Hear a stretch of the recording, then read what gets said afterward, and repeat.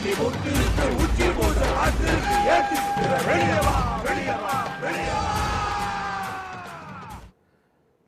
முழுவதும் எழுச்சியோடு நடந்து வரக்கூடிய போராட்ட களம் பற்றி பேசிக் கொண்டிருக்கிறோம். நம்மோடு இந்த அமர்வில் எழுத்தாளர் திரு எஸ் ராமகிருஷ்ணன் அவர்களும் அரசியல் ஆய்வாளர் பேராசிரியர் திரு ராமு மணிவண்ணன் அவர்களும் இணைந்திருக்கிறார்கள். வணக்கம் உங்கள் இருவருக்கும்.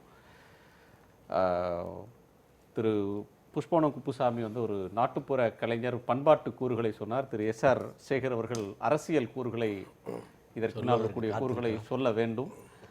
இதற்கான பரிமாணங்களை, மற்ற பரிமாணங்களை, சமூகவியல் பரிமாணங்களை நீங்கள் இருவரும் தர வேண்டும். எஸ் ராமகிருஷ்ணன் அவர்கள்ட்டிருந்து கேட்கிறேன், இந்த போராட்டம் ஒரு எழுத்தாளர்கள்லாம் கூடி கூட இன்று மாலை நீங்கள் ஒரு போராட்டம் நடத்திட்டு நேரடியாக அங்கேருந்து வர்றீங்க. இது வரலாற்றில் எப்படி குறிக்கப்படும்? இந்த எழுச்சி அப்படின்ற ஒன்றை நீங்கள் எப்படி மதிப்பிடுறீங்க? தமிழகத்தினுடைய இந்த சமகால வரலாற்றில் இது மாதிரியான ஒரு எழுச்சி நடந்ததே இல்லை. இது ஒரு திருப்பு முனை அப்படின்னு தான் சொல்லுவேன்.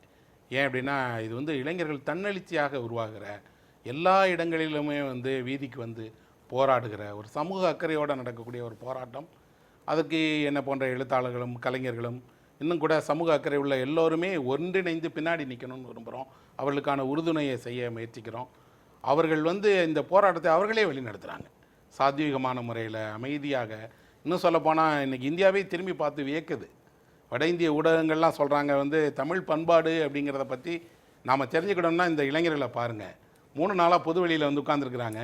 ஆனால் இவர்கள்ட்ட இருக்கக்கூடிய கட்டுப்பாடும் ஒழுங்கும் அமைதியும் இந்த பண்பாடுக்கு ஒரு அடையாளமாக இருக்குது அப்படின்னு. இதுவரைக்கும் தமிழர்கள் குறித்து உலகளவில் இருந்த அந்த பார்வையை இந்த இளைஞர்கள் மாற்றியிருக்காங்க.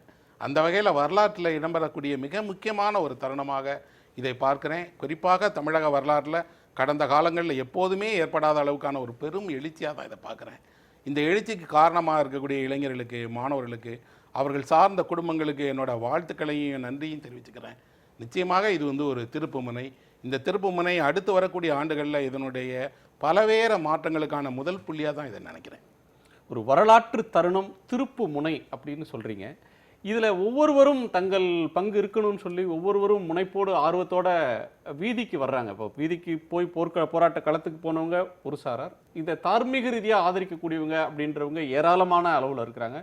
வெவ்வேறு கருத்தியல் பின்புலத்தில் இருக்கக்கூடியவங்க இதை ஆதரிக்கக்கூடிய காட்சியை பார்க்குறோம். இந்த ஆதரவு தளம் அப்படின்ற ஒன்று இந்த அளவுக்கு பெருகிறதுக்கு அடிப்படையாக நீங்கள் எதை சொல்லுவீங்க? முக்கியமாக இது நம்ம ஒரு பண்பாட்டு பிரச்சனை. இப்போ பண்பாடு அப்படின்னு பார்த்தீங்கன்னா, இது தமிழக பண்பாடு. தமிழகம் நிலம் சார்ந்த ஒரு நாடு. அதிலும் குறிப்பாக 5 நிலம் இருக்குன்னா 5 நிலத்துக்கும் 5 விதமான பண்பாடு இருக்கும். எப்போவுமே தமிழ்நாட்டில் ஒற்றை பண்பாடு இருந்ததில்லை. குறிஞ்சிக்கு ஒரு பண்டு, நெய்தலுக்கு ஒன்று, மருதத்துக்கு ஒன்றுன்னு இருக்குது. இந்த பண்பாட்டு ஒரு முக்கியமான செய்தியை அறிவிக்க வேண்டியிருக்கு நேயர்களுக்கு. மத்திய அரசின் சார்பில் இப்போது ஒரு தகவல் வெளியாகி இருக்கிறது. அவசர சட்டத்திற்கான ஒப்புதலை மத்திய அரசு வழங்கியது. தமிழக அரசு அவசர சட்டம் இயற்றிக்கொள்வதற்கான ஒப்புதலை மத்திய அரசாங்கம் வழங்கியிருப்பதாக செய்திகள் வெளியாகி இருக்கின்றன. செய்தி நிறுவனங்களுக்கு மத்திய அரசு தெரிவித்திருக்கிறது. குறிப்பாக தமிழக அரசு அவசர சட்டத்தை இயற்றுகிறது. அதற்கான சட்ட முன்வடிவை, வரைவை உள்துறைக்கு அனுப்பியிருந்தது. சட்ட அமைச்சகமும் அதேபோல சுற்றுச்சூழல் அமைச்சகமும் இதற்கான இசைவை தெரிவித்திருக்கிறார்கள். இது மத்திய அரசின் ஒப்புதலோடு குடியரசுத் தலைவருக்கு அனுப்பப்பட இருக்கிறது. மத்திய அரசு முதற்கட்டமாக தனது ஒப்புதலை வழங்கியிருக்கிறது. குடியரசுத் தலைவர் சம்மதித்த பிறகு தமிழக ஆளுநர் அவர் சார்பில், தமிழக அரசின் சார்பில் நாளை இதை அரசிதழில் வெளியிடுவதற்கு வாய்ப்புகள் இருக்கின்றன. இந்த அரசிதழ் வெளியாகும் என்று அறிவிக்கப்பட்டிருக்கிறது. குறிப்பாக இந்த சட்டம் என்பது 3 வகையான சட்டப்பிரிவுகளில் மத்திய, மாநில மற்றும் 2க்கும் பொதுவான சட்டப்பிரிவு என்று இருக்கிற அம்சத்தில், பொது பிரிவில் இருக்கக்கூடிய பிராணிகள் நலச்சட்டத்தில் மாநில அரசு, இந்தியா முழுமைக்குமான ஒரு சட்டத்தில் மாநில அரசு தன் மாநிலத்துக்கு ஏற்ப திருத்திக் கொள்ள வேண்டுமானால் அதற்கு குடியரசுத் தலைவரின் அனுமதியை பெற வேண்டியது இருக்கிறது. அந்த அனுமதியை எதிர்நோக்கி அரசு சட்ட முன்வடிவை அனுப்பி இருக்கிறது என்று தமிழக முதலமைச்சர் மாண்புமிகு ஓ பன்னீர்செல்வம் அவர்கள் காலையில் தெரிவித்திருந்தார். இன்று அதற்கு மத்திய அரசு ஆதரவை நல்கியிருக்கிறது. குடியரசுத் தலைவரின் ஒப்புதலோடு நாளை தமிழக ஆளுநரால் இந்த அறிவிப்பு வெளியாகும். திரேசன், இந்த பண்பாட்டை பொறுத்த மட்டும் நம்ம இந்த பண்பாட்டினுடைய பல்வகை பண்பாடு இருக்கிறதுனால இன்றைக்கி ஒரு பண்பாட்டுக்கான நெருக்கடி, இன்னும் சொல்லப்போனால் சட்ட ரீதியாக அவர்கள் பண்பாட்டின் காரணமாக ஒடுக்கப்பட்டிருக்கதா நினைக்கிறதுனால தான் இறங்கி வராங்க. அப்புறம் இந்த பண்பாட்டை காப்பாற்ற வேண்டிய பொறுப்பு தனக்கு இருக்குன்னு ஒவ்வொரு தமிழனும் உணர்வான். ஏன்னா அவன் இந்த நிலத்தினுடைய மனிதன், அவன் இந்த மொழியை பேசுகிறான், இந்த இனத்தை சேர்ந்தவங்கிற முறையில் அவனுக்கு அது பொறுப்பு இருக்கதான் நினைக்கிறாங்க. நிச்சயமாக இது வந்து இந்த மக்கள் வீதிக்கு வராங்க அப்படிங்கக்கூடிய இது வெறுமனாக உணர்ச்சிசப்பட்டு வரல. இது ஒரு தண்ணீர் கொதிக்குது அப்படின்னா இது சூடாகிக்கிட்டே இருந்தது, இப்போ கொதிக்க ஆரம்பிச்சிருக்கு. இவ்வளோ நாள் அது சூடாகிக்கிட்டே தான் இருந்தது. பல்வேறு பிரச்சனைகள் தமிழகத்தில் குறிப்பாக தமிழராக இருப்பதால் ஏற்பட்ட பிரச்சனைகள் எல்லாமும் சேர்ந்து கொதித்தது. இன்றைக்கி அது வந்து அந்த உஷ்ணத்தை அடைஞ்சிருச்சு. அடைஞ்ச உடனே இது வந்து கொப்பளிக்க ஆரம்பிக்குது. ஒடுக்குமுறை, தன் பண்பாட்டுக்கான ஒடுக்குமுறைன்னு சொல்றீங்க. ஒடுக்குறது யார்? ஒவ்வொருத்தரும் ஒவ்வொரு இனமும் தன்னுடைய பண்பாட்டை வைத்துக் கொள்றதுக்கு என்ன பிரச்சனை இருக்கு? அங்கே தான் பிரச்சனை இருக்கு. ஏன்னா இப்போ இது நம்மளுடைய பண்பாடு அப்படின்னா நம்ம பண்பாட்டை அனுமதிக்கலை. இங்கே ஒற்றை பண்பாட்டை உருவாக்கணும்னு நம்ம திட்டமிடுறோம். இன்னும் சொல்லப்போனால் அப்படி பண்பாட்டு விழுமியங்களை நாம் மதிக்க தவறுறோம். இதெல்லாம் தாண்டி இந்த பண்பாட்டுக்கு தொடர்பே இல்லாத யாரோ ஒரு தன்னார்வ அமைப்பு நம்ம பண்பாட்டு ஒரு நீதிமன்றத்துக்கு போய் ஒரு தடையை வாங்கிட முடியுது. அவர்களுக்கு இந்த பண்பாட்டை பற்றி என்ன தெரியும்? அவர்கள் ஆய்வு பண்ணியிருக்காங்களா? இப்போ ஜல்லிக்கட்டு போன்ற ஒன்றை நான் வந்து ஆவணப்படம் எடுத்திருக்கிறேன் அவர்களோடு சேர்ந்து. இப்போ இல்லை, 94 நாங்கள் வந்து ஒரு குழுவாக சேர்ந்து ஒரு ஆவணப்படம் எடுத்தோம் வட இந்திய தொலைக்காட்சி ஒன்றுக்காக. கிட்டத்தட்ட நாங்கள் 40 இடங்களில் அதை ஆவணப்படுத்தியிருக்கிறோம். எங்கிட்ட வந்து ஒரு 40-50 மணி நேரம் ஃபுட்டேஜ் இருக்குது. இது போல் பலரும் செஞ்சுருக்காங்க. இதெல்லாம் நீதிமன்றம் பார்த்ததா, அல்லது கள ஆய்வு செய்தார்களா, அல்லது இந்த பண்பாட்டினுடைய விஷயங்களை நேரடியாக ஆய்வு செய்வதற்கு ஏதாவது வழிமுறைகள் இருந்ததா? எதுவுமே இல்லையே. அவர்கள் எடுத்தாங்க. அதுவும் எப்படி ஒரு ரகசிய ஆப்ரேஷன், அது ஸ்டிங் ஆப்ரேஷன் மேலே எடுத்தாங்க. அந்த 2 ஆடியோ வீடியோ வச்சுட்டு நாங்கள் வந்து தடை பண்ணோங்கிறாங்க. பார்த்தால் நமக்கு இன்னும் ஆவணப்படுத்தப்பட்ட விஷயங்களே அவ்வளவு இருக்குது. திட்டமிட்டு நம்ம பண்பாட்டை, குறிப்பாக இதை பற்றி எந்த விதமான அறிதலும் இல்லாதவர்கள் தடை பண்ணணும்னு நினைக்கிறாங்க. அதை தடை பண்ணியதோடு இல்லாமல் அந்த உரிமைகளுக்காக போராடுகிற போது இதை சிறுமைப்படுத்துகிறாங்க. அதனால தான் மக்கள் கொதித்தல்றாங்க. நீங்கள் எங்களுடைய உணர்வுகளை புரிந்து கொள்ள மாட்டேங்கிறீங்க, இது எங்கள் பண்பாட்டினுடைய ஒரு பகுதி. அப்போ ஒரு கேள்வி எழுதி இது வந்து உடனடியாக இது வந்து தென் மாவட்டங்களில் தானே இருக்குது. அப்படி எல்லா தமிழ் பண்பாடும் ஏதாவது ஒரு பகுதியில் தான் இருக்கும். இப்போ தெருக்கூத்துன்னு எடுத்துக்கிட்டிங்கன்னா தெருக்கூத்து வந்து வட தமிழகத்தில் தான் இருக்குது, தென் தமிழகத்தில் இல்லை. ஆனால் அது தமிழ் பண்பாட்டினுடைய ஒரு பகுதி தானே. அதனால தான் சொன்னேன், ஒவ்வொரு நிலத்திற்கும் அந்த நிலத்துக்கென்று ஒரு பண்பாடு இருக்குது. அது நெய்தலாக இருக்கலாம், குறிஞ்சியாக இருக்கலாம், முல்லையாக இருக்கலாம், மருதலமாக இருக்கலாம். அவரவர்களுடைய பண்பாடு எல்லாம் சேர்ந்தது தான் தமிழ். தமிழ் பண்பாடு என்பது பல்வகை பண்பாடுகளுடைய கூட்டு தான். இந்த கூட்டில் ஒவ்வொன்றுக்கும் முக்கியத்துவம் இருக்குது. அதை வெளியிலிருந்து பார்ப்பதற்கு புரியாது. வெளியிலிருந்து ஒரு பார்ப்பவர் தமிழர் பண்பாடுனா ஒன்று தானா அப்படின்னு கேட்டால் ஒன்று இல்லை. இந்த பண்பாட்டுகளுடைய திரட்சி, இதை பகிர்ந்து கொள்கிறவர்கள், பேசுகிறவர்கள், பயன்படுத்துகிறவர்கள் எல்லோரும் ஒன்று சேர்ந்தது தான் தமிழகம். அப்போ இதை நம்ம ஏன் புரிஞ்சுக்கிட மாட்டேங்கிறோம்? இதை எங்கேயோ யாரோ ஒருவர், இதுக்கு எந்த தொடர்பும் இல்லாமல், இன்னும் சொல்லப்போனால் இந்த ஜல்லிக்கட்டை பார்த்தே இல்லாதவர்கள் இதை பேசுகிறாங்க. நான் நேரடியாக பார்த்துருக்கேன், படம் எடுத்திருக்கிறோம், ஆய்வு செய்திருக்கிறோம், எழுதியிருக்கிறோம். எல்லாம் தாண்டி இதுக்கான 1000 சான்றுகள் இருக்குது. மதுரை மாவட்டத்தினுடைய ஆட்சித்தலைவர் வந்து நீதிமன்றத்துக்கு ஒரு அறிக்கை கொடுத்துருக்கிறாரு. இது அரசு கொடுத்த அறிக்கை. குறைஞ்சபட்சம் இதையாவது கணக்கில் எடுத்துக்கலாம்ல. இந்த பண்பாடு குறித்த அறிவே இல்லாதவர்கள் இதை முடிவு செய்யக்கூடாதுங்கிறதா மக்களோட எண்ணம். தனியார் அமைப்பு ஒன்று சொன்னாலும் அது அதற்காக தடையை தகர்ப்பதற்கு மத்திய மாநில அரசுகள் என்ன முயற்சி எடுத்தாங்க, நீதிமன்றம் அதை எப்படி ஏற்றுக்கொண்டது அப்படின்ற அம்சங்கள்லாம் இருக்குது. இது மொத்த குவிமையமும் மொத்த எதிர்ப்பும் ஒரு தனியார் தொண்டு அமைப்பின் மீது மட்டும் போகலாமா? ஏன்னா இதில் அவங்க ஒரு வழக்காடி மட்டும்தான். அவர்களோடு சேர்ந்து தடை கேட்ட மற்ற அமைப்புகளும் இருக்கின்றன, தொண்டு அமைப்புகள்ன்ற அமைப்புகளும் இருக்கின்றன அப்படின்றத நம்ம மறந்துட முடியாது. திரு எஸ்ஆர் சேகர், ஜல்லிக்கட்டுக்கான அவசர சட்டம் பிறப்பிக்கப்படும், இந்த ஆண்டு நடைபெறும் அப்படின்றது 3 ஆண்டு காலமாகவே இந்த பிரச்சனை இருக்குது. ஒரு ஆளும் கட்சியை சேர்ந்தவர், பாரதிய ஜனதா கட்சியை சேர்ந்தவர் அப்படின்ற முறையில் சில கேள்விகள் தவிர்க்க முடியாதவை. உங்கள்கிட்ட நான் கேட்க விரும்புகிறது, மத்திய அரசு சட்டம் கொண்டு வராமல் இவ்வளவு எழுச்சிக்கு பிறகு மாநில அரசு கொண்டு வரட்டும்னு பந்தை தள்ளுறீங்க. மாநில அரசு செய்கிறது, இதையெல்லாம் முன்பே செய்திருக்க முடியாதா? இல்லை, இதுக்கு முன்னால் நான் ஒரு சின்ன விஷயம் சொல்ல விரும்புகிறேன். அதாவது இந்த இது மனதினுடைய ஆழத்தில் ஒளிந்து கொண்டிருந்த அந்த ஒரு எண்ணம், அது இவ்வளோ நாள் அடக்கி அமைத்து ஆழமாக இருந்த எண்ணத்தினுடைய செப்பரேஷனுடைய வெளிப்பாடு திடீரென எட்டி குதித்து இப்போ வெளியே வந்து இந்த இரத்தத்தில், ஜீன்ஸில், நரம்பில், மரமடவில் இருந்த ஒரு பண்பாடு அது இப்போ வெளியில் தெரிந்திருக்கிறது. அது ஒரு பகுதியினுடைய பண்பாடாக இருக்கலாம், அது தமிழ் சொல்லலாம், அதுக்கு என்ன கலாச்சாரங்கள் சொல்லிக்கலாம். அதை அமுத்தி வைத்தது எங்கோ இதை பற்றி தெரியாத, ஆனால் அவர்கள் சொன்னால் அதுதான் வேதவாக்கு என்று இந்த நாட்டில் எழுதப்பட்ட ஒரு சட்டத்துக்கு உட்பட்ட ஒரு வார்த்தை. அதனால் ஜட்ஜுகள் சொல்லியிருக்கிறாங்க. அதனால் ஏற்பட்ட செப்பரேஷன் இது. நீங்கள் சொன்னீங்க இது இதுக்கு முன்னால் பண்ணியிருக்க முடியாத பாரதிய ஜனதா கட்சி. தொடர்ந்து பாரதிய ஜனதா கட்சி தான் இந்த ஜல்லிக்கட்டை இன்று உயிரோடு வைத்து அதற்கு முழு இன்னைக்கு அதுக்கு ஆக்சிஜன் கூட அது இப்போ ஓட விட்டு கொண்டிருப்பது பாரதிய ஜனதா கட்சி. அதற்கு தானே இந்த ஜல்லிக்கட்டு நடத்த முடியாமல் போச்சு. அதுதான் சொல்ல வரேன். அதாவது 2014 மே மாதம் இதற்கு மூடு விழா நடத்தி விட்டது சுப்ரீம் கோர்ட். Full pan. அதற்கு பின்னால் 2014 2016 ஜனவரி 8ஆம் தேதி இதற்கான அறிவிக்கை என்வாயர்மெண்டல் ஃபாரஸ்ட் மினிஸ்ட்ரியில் கொடுத்து இந்த தடையை நீக்கிய பிறகு 7 நாள் அதுக்கு சுப்ரீம் கோர்ட் தடை. அதுவரை இதுக்கு உயிர் இல்லை. அதுக்கு மேலே உயிர் கொடுத்தோன்னே இம்மீடியட் அடி.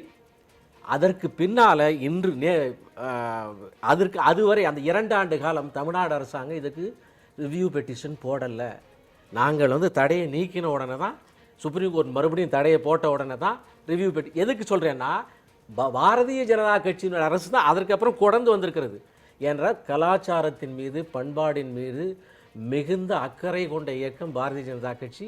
அதை காப்பாற்றுவதாக இன்னைக்கு பாருங்க, இத முயற்சிகள் எல்லாம் பண்ற நீங்க 2 ஆண்டுக்கு முன்னாடியே இந்த சட்டத்தை கொண்டு வரலாம்னு சொல்லியிருக்கலாம். 2 ஆண்டுக்கு முன்னாடியே தமிழக அரசுக்கு இப்படி உங்களுக்கு வாய்ப்பு இருக்கு, நாங்க உங்களை சப்போர்ட் பண்றோம்னு சொல்லியிருக்கலாம். இவ்வளவு கொந்தளிப்பும் போராட்டமும் வந்த பிறகு இது நடக்கிறது. அதுவரையிலும் அதற்கான அசைவு இல்லை. அதாவது நடத்தி இருக்கலாமே, அசைவு இல்லையே அப்படிங்கிறது ஆதாரபூர்வமான விஷயம் அல்ல. ஏனென்றால் நடக்கலன்றது ஆதாரபூர்வமான விஷயம். இதற்கான அசைவு இல்லையே இல்லை. ஏன்னா இதற்கான அசைவும் ஆதாரங்களையும் உருவாக்கிய பாரதிய ஜனதா கட்சி. ஏன்னா இதற்கு அசையும் ஆதாரம் இதுவரை தமிழ்நாட்டில் இருக்கக்கூடிய இன்றைக்கு கூச்சல் போடுபவர்கள், இன்றைக்கு இதற்கு உரிமை எடுத்துக்கொள்ள வேண்டும் என்பவர்கள், இதோடு பங்கு போட்டுக்கொள்ள விரும்புபவர்கள் தன்னை பார்ட்டியாக சேர்த்துக்கல. தமிழ்நாடு அரசாங்கமே 2 வருஷம் கழிச்சு தான் இதை ரிவ்யூ பெட்டிஷன் கொண்டாந்துச்சு. ஆனால் தமிழ்நாடு அரசாங்கம் கொண்டு வருவதற்கு முன்னாலே இதுக்கு தடையை பாரதிய ஜனதா கட்சி விலக்கியது. அதற்கு பின்னால் மறுபடியும் ஆர்கியூமெண்ட் வைக்கின்ற போது இது கிளாடியேட்டர், ரோமன் கிளாடியேட்டர், நீ புலி சிங்கத்தினுடைய படத்தை டிவியில் பார்த்துக்க.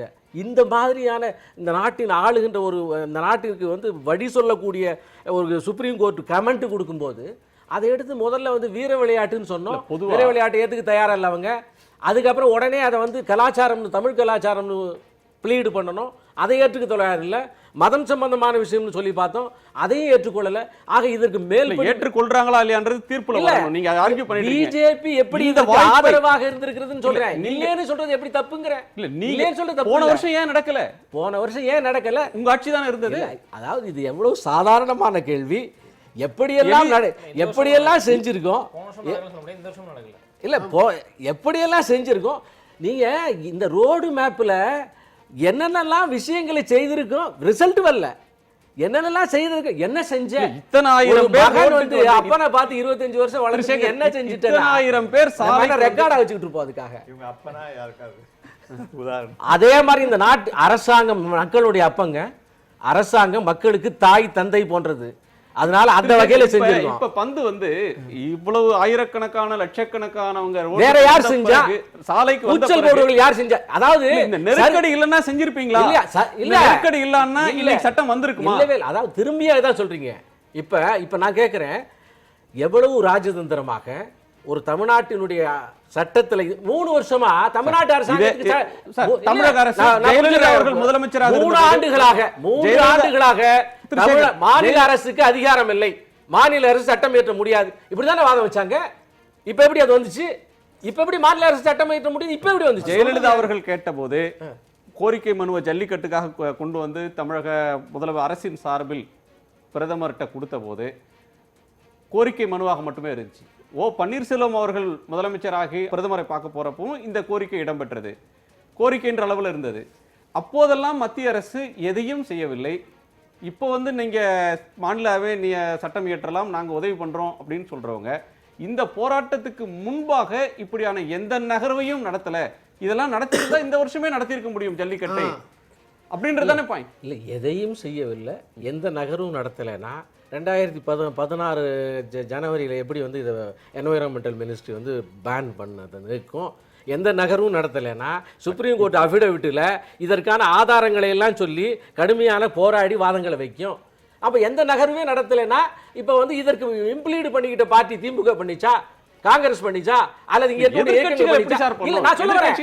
அரசோட கடமை என்ன இருந்து? பிரதமர் ஐ சப்போர்ட் ஜல்லிக்கட்டு அப்படின்ற எவ்வளவோ உறுதியான நடவடிக்கைகளை எடுக்கிற அரசு செஞ்சதை நீங்க ஏத்துக்கலையே. என்ன செஞ்சிட்டீங்கன்னு ஒரே நிமிஷத்துல கேக்குறீங்களே.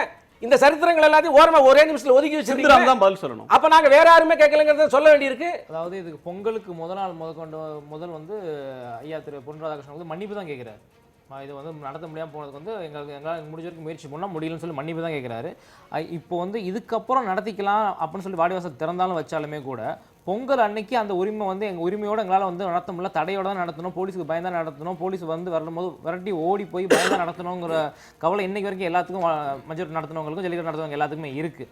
அதனால் வந்து இவ்வளோ தூரம் நாங்கள் பண்ணோம், நாங்கள் எங்களால் தான் இப்போ வந்துச்சுன்னு சொல்லி சொல்கிறது வந்து கண்டிப்பாக ஏற்றுக்க முடியும். அப்படியே இருந்தாலுமே கூட பொங்கலுக்கு முதல் நாள் வந்து மன்னிப்பு கேட்போம், அன்னைக்கே கொடுத்துருந்துருக்கலாமே.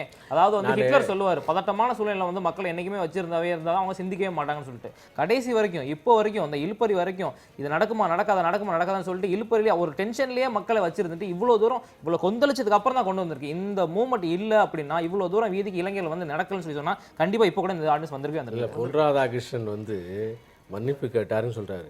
தமிழக மக்களிடம் மன்னிப்பு கேட்டாருன்னு சொல்றாரு. நான் சொல்ல வரேன், என்ன சொல்ல வரேன்னா, ஒவ்வொரு தடவையும் டெல்லியிலேருந்து இறங்குன்ற போது ஜல்லிக்கட்டை பற்றி கேட்பாங்க.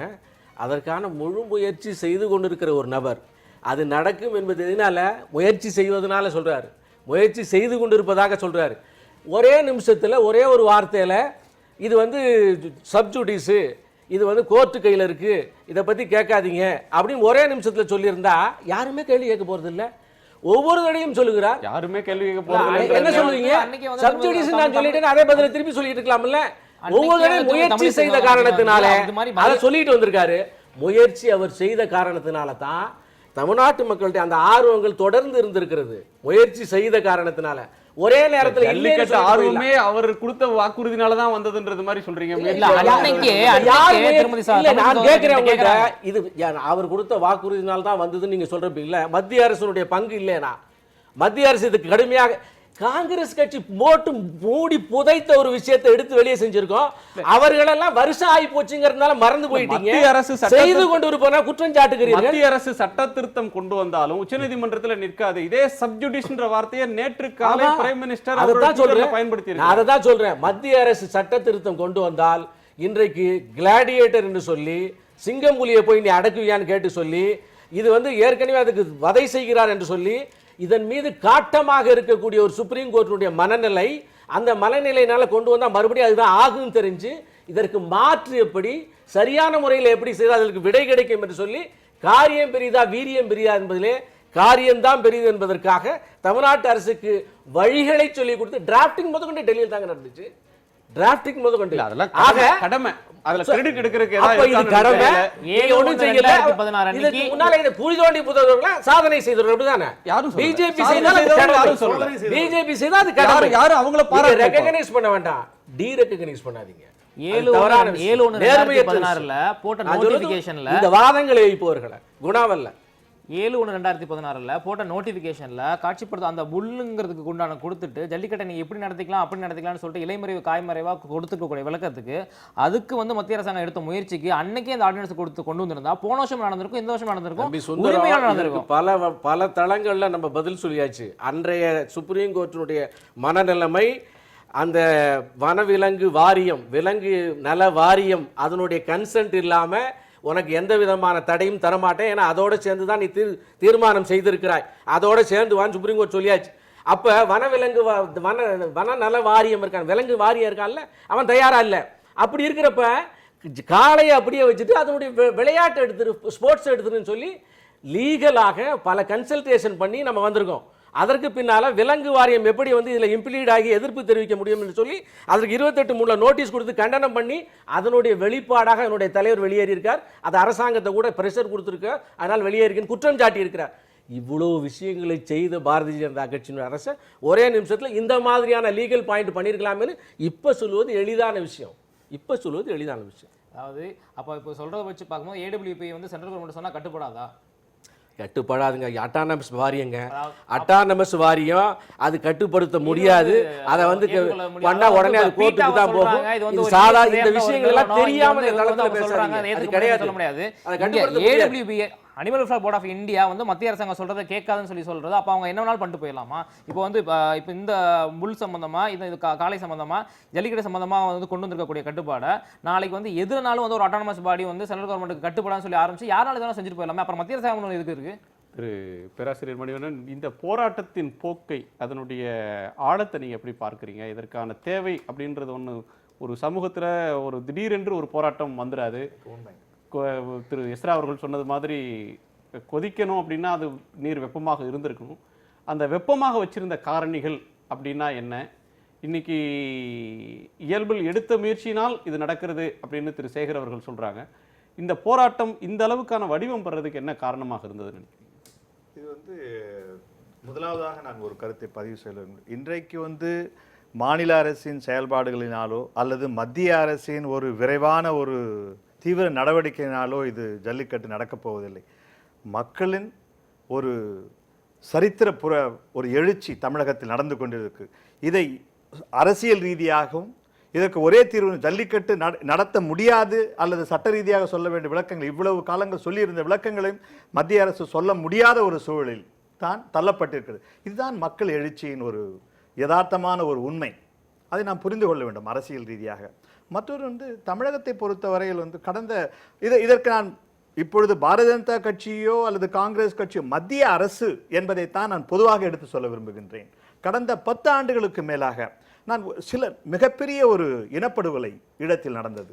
அதற்கு மத்திய அரசாங்கம் இங்கு மாணவர் எழுச்சி நடந்தது.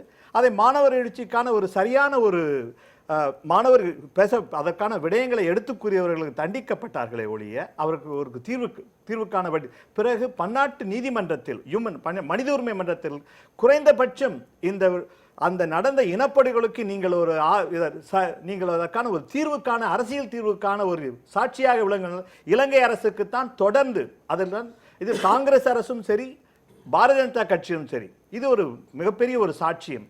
அடுத்ததாக டாஸ்மாக் போராட்டம் தமிழகத்தில் நடந்த போது கூட அரசு இயந்திரம் தமிழக அரசு இயந்திரம் என்பது மிகப்பெரிய அளவில் மாணவர்களுக்கு எதிராகத்தான் ஒரு வன்முறை ஒரு இயக்கமாக செயல்பட்டது. அதை நீங்கள் தொடர்ந்து பார்க்க மாநில தமிழகத்தின் உரிமைகள் தமிழகத்தின் நதிநீர் உரிமைகள் விடயங்கள் நதிநீர் காவிரி நீர் பிரச்சனையின் பொழுது கூட அந்த உச்சநீதிமன்றம் அதே உச்சநீதிமன்றம் தீர்ப்பை பற்றித்தான் நீங்கள் இத்தனை விமர்சனம் வைத்துக் கொண்டீர்கள். அப்பொழுது கூட உச்சநீதிமன்றம் என்ன தீர்ப்பு கூறியது? அப்பொழுது கர்நாடகாவில் இருக்கின்ற பாரதிய ஜனதா கட்சிகள் ஒரு விதமாக செயல்பட்டதும் தமிழகத்தில் இருப்பது செயல்பட்டு இவ்வாறு மாநில ரீதியாக ஒரு மனப்பான்மை இருக்கும் பொழுது தமிழகத்தில் இருப்பவர்களுக்கு எதற்காக மாநில உரிமைகளை பற்றி பேசக்கூடாது? அது ஒரு முதல் கேள்வி.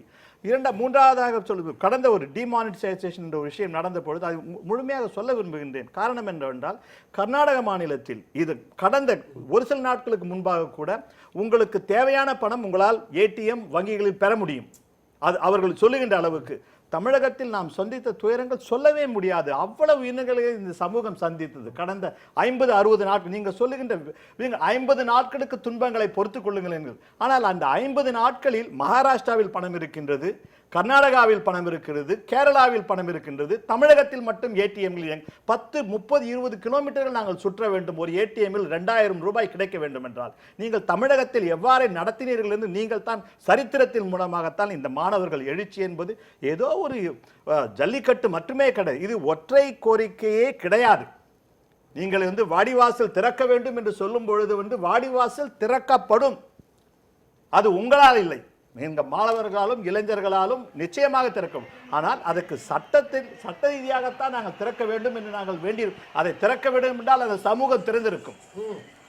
சட்டத்தை மீறி திறக்கணும். சட்டத்தை மீறி திறந்திருக்கும் என்றால் நிச்சயமாக திறந்திருக்கும், எப்பொழுதோ நடந்திருக்கும்.